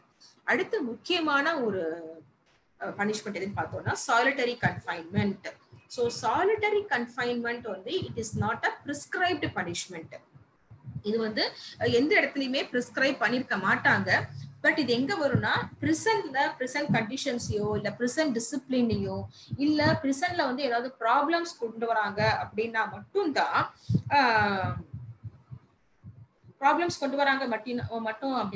என்ன பண்றாங்க இவங்க அந்த solitary confinement கேட்பாங்க. ஸோ அந்த மாதிரி இப்போ the picture what I'm shared here is the solitary confinement cell in Goa. So கோவால வந்து ரீமோகஸ் ஸ்பாட் அப்படிங்கிற ஃபோர்ட்ல வந்து இன்னமும் அதை வச்சிருக்காங்க. if anybody visiting to Goa is the best place for tourist spot. So அங்க போகும்போது இந்த ரீமோகஸ் ஃபோர்ட்டுக்கு போங்க. இது ரொம்ப ரேரா எல்லாரும் விசிட் பண்ற ஒரு இடம், but one of the best place. போனோம்னா இந்த சாலிட்டரி கன்ஃபைன்மெண்ட் இருக்கு, சாலிட்டரி செல் இருக்கு, தென் அதுக்கப்புறம் டெத் சென்டென்ஸ் எப்படிலாம் எக்ஸிக்யூட் பண்ணுவாங்க அப்படிங்கிற டெத் ஹோல்லாம் கூட வச்சிருப்பாங்க. You can visit that. So இது வந்து ஒரு நான் பேட்டர்ன் தான் சொல்றேன். இது வந்து டூரிங் த ஃப்ரீடம் மூவ்மெண்ட் வந்து இந்த சாலிட்டரி கன்ஃபைன்மெண்ட்ஸ் எல்லாம் அவங்க யூஸ் பண்ணது. ஸோ சாலிட்டரி கன்ஃபைன்மெண்ட் அப்படிங்கிறதுக்கு அங்கேயுமே என்ன இருக்கு அப்படின்னா சம் ரெஸ்ட்ரிக்ஷன்ஸ் இருக்கு, லிமிடேஷன்ஸ் இருக்கு, பீரியட் இருக்கு. அப்போ 73, 74 and 75 which speaks about this solitary confinement. So solitary confinementல எவ்வளவு நாள் கொடுக்கலாம். ஸோ எப்போ இது தாண்டி சாலிட்டரி கன்ஃபைன்மெண்ட் எங்க ஃபேமஸ்னா நம்ம அந்தமான் செல்ஸ்ல பார்க்கலாம், நியூக்ளியர் செல்ஸ்ல செல்லுலாய்ட்ஸ்ல பார்க்கலாம். அது வந்து இதை விட ரொம்ப மோசமா இருக்கும். ரொம்ப ஷார்ட் டெரஸ், அதாவது ரொம்ப லோ ரூஃபிங்கா இருக்கும், நிக்க முடியாது, உட்கார முடியாது, சம்டைம்ஸ் படுத்துட்டு இருக்க லெவல்ல கூட தான் அந்த சாலிட்டரி கன்ஃபைன்மெண்ட் செல்ஸ் இருக்கும். ஒரு சின்ன ஹோல் மட்டும் இருக்கும், அது வழியா சாப்பாடு தண்ணி கொடுப்பாங்க. அதெல்லாம் நமக்கு அந்தமான் செல்ஸ்ல பார்க்கலாம். ஸோ அப்போ செக்ஷன் 73, 74 and 75 இது மூணும் வந்து நமக்கு கன்ஃபைன்மெண்ட் பற்றி சொல்றாங்க. இது ரொம்ப ரேர் தான். பிரிசனுக்குள்ள அவங்க கேட்பாங்க, பர்மிஷன் கேட்பாங்க, அதுக்கப்புறம் தான் கோர்ட் சாட்டிஸ்ஃபை ஆனா கொடுப்பாங்க. ஏன்னா it is again a violation of personal liberty. Convict பிரிசனர்ஸ்க்கும் பர்சனல் லிபர்ட்டி இருக்கு. அதுல மோஸ்ட் வயலேட்டிவ் இந்த சாலிட்டரி கன்ஃபைன்மெண்டா போகும். ஸோ அப்ப என்ன சொல்றாங்கன்னா the solitary confinement shall not exceed a time. So ஒரே அட் அ டைம் வந்து ரொம்ப லென்த்தியான கன்ஃபைன்மெண்ட் இருக்கக்கூடாது. இப்போ 6 monthsக்கு பனிஷ் பண்ணிருக்கிற அஃபென்ஸா இருந்துச்சுன்னா 1 month தான் அவங்க சாலிட்டரி கன்ஃபைன்மெண்ட் கொடுக்க முடியும். 6 monthsக்கு மேல 1 yearக்குள்ள இருந்துச்சுன்னா 2 months, 1 yearக்கு மேல போனுச்சுன்னா 3 months. So maximum 3 months shall be the solitary confinement period. இது வந்து டேர்ம்ஸ். அதுக்கு அடுத்து லிமிடேஷன். இந்த 1 month இருக்கலாம், இல்ல 2 months இருக்கலாம், 3 months இருக்கலாம். இதை எப்படி எக்ஸிக்யூட் பண்ணணும் அப்படின்னு சொன்னோம்னா அட் அ ஸ்ட்ரெச் 14 daysக்கு மேல சாலிட்டரி கன்ஃபைன்மெண்ட் இருக்கக்கூடாது. ஸோ 14 days இன் பிட்வீன் இன்டர்வல்ஸோட அந்த சாலிட்டரி கன்ஃபைன்மெண்ட் இருக்கணும். இப்போ வந்து 3 monthsக்கு மேல அந்த இம்ப்ரிசன்மெண்ட் போகுது, நான் சொன்னேன் இல்லையா ஃபர்ஸ்ட் சொன்ன மாதிரி. அப்படி இருக்கும் போது இது time interval shale not be more then 7 days. அப்போ 6 monthsக்கு மேல போயிடுச்சுன்னா 14 days தான் அட் ஸ்ட்ரெச் இருக்கணும். 3 monthsக்கு உள்ள இருந்துச்சுன்னா 7 days தான் அட் ஸ்ட்ரெச் சாலிட்டரி கன்ஃபைன்மெண்ட் இருக்கணும். பட் ரொம்ப ரேரா தான் கொடுப்பாங்க. எல்லா கேசஸ்லயுமே சாலிட்டரி கன்ஃபைன்மெண்ட் கொடுக்க மாட்டாங்க unless otherwise the person involves in any of the prison indiscipline cases. So இதெல்லாம் வந்து நமக்கு பனிஷ்மெண்ட்ஸ்ல சொல்றது.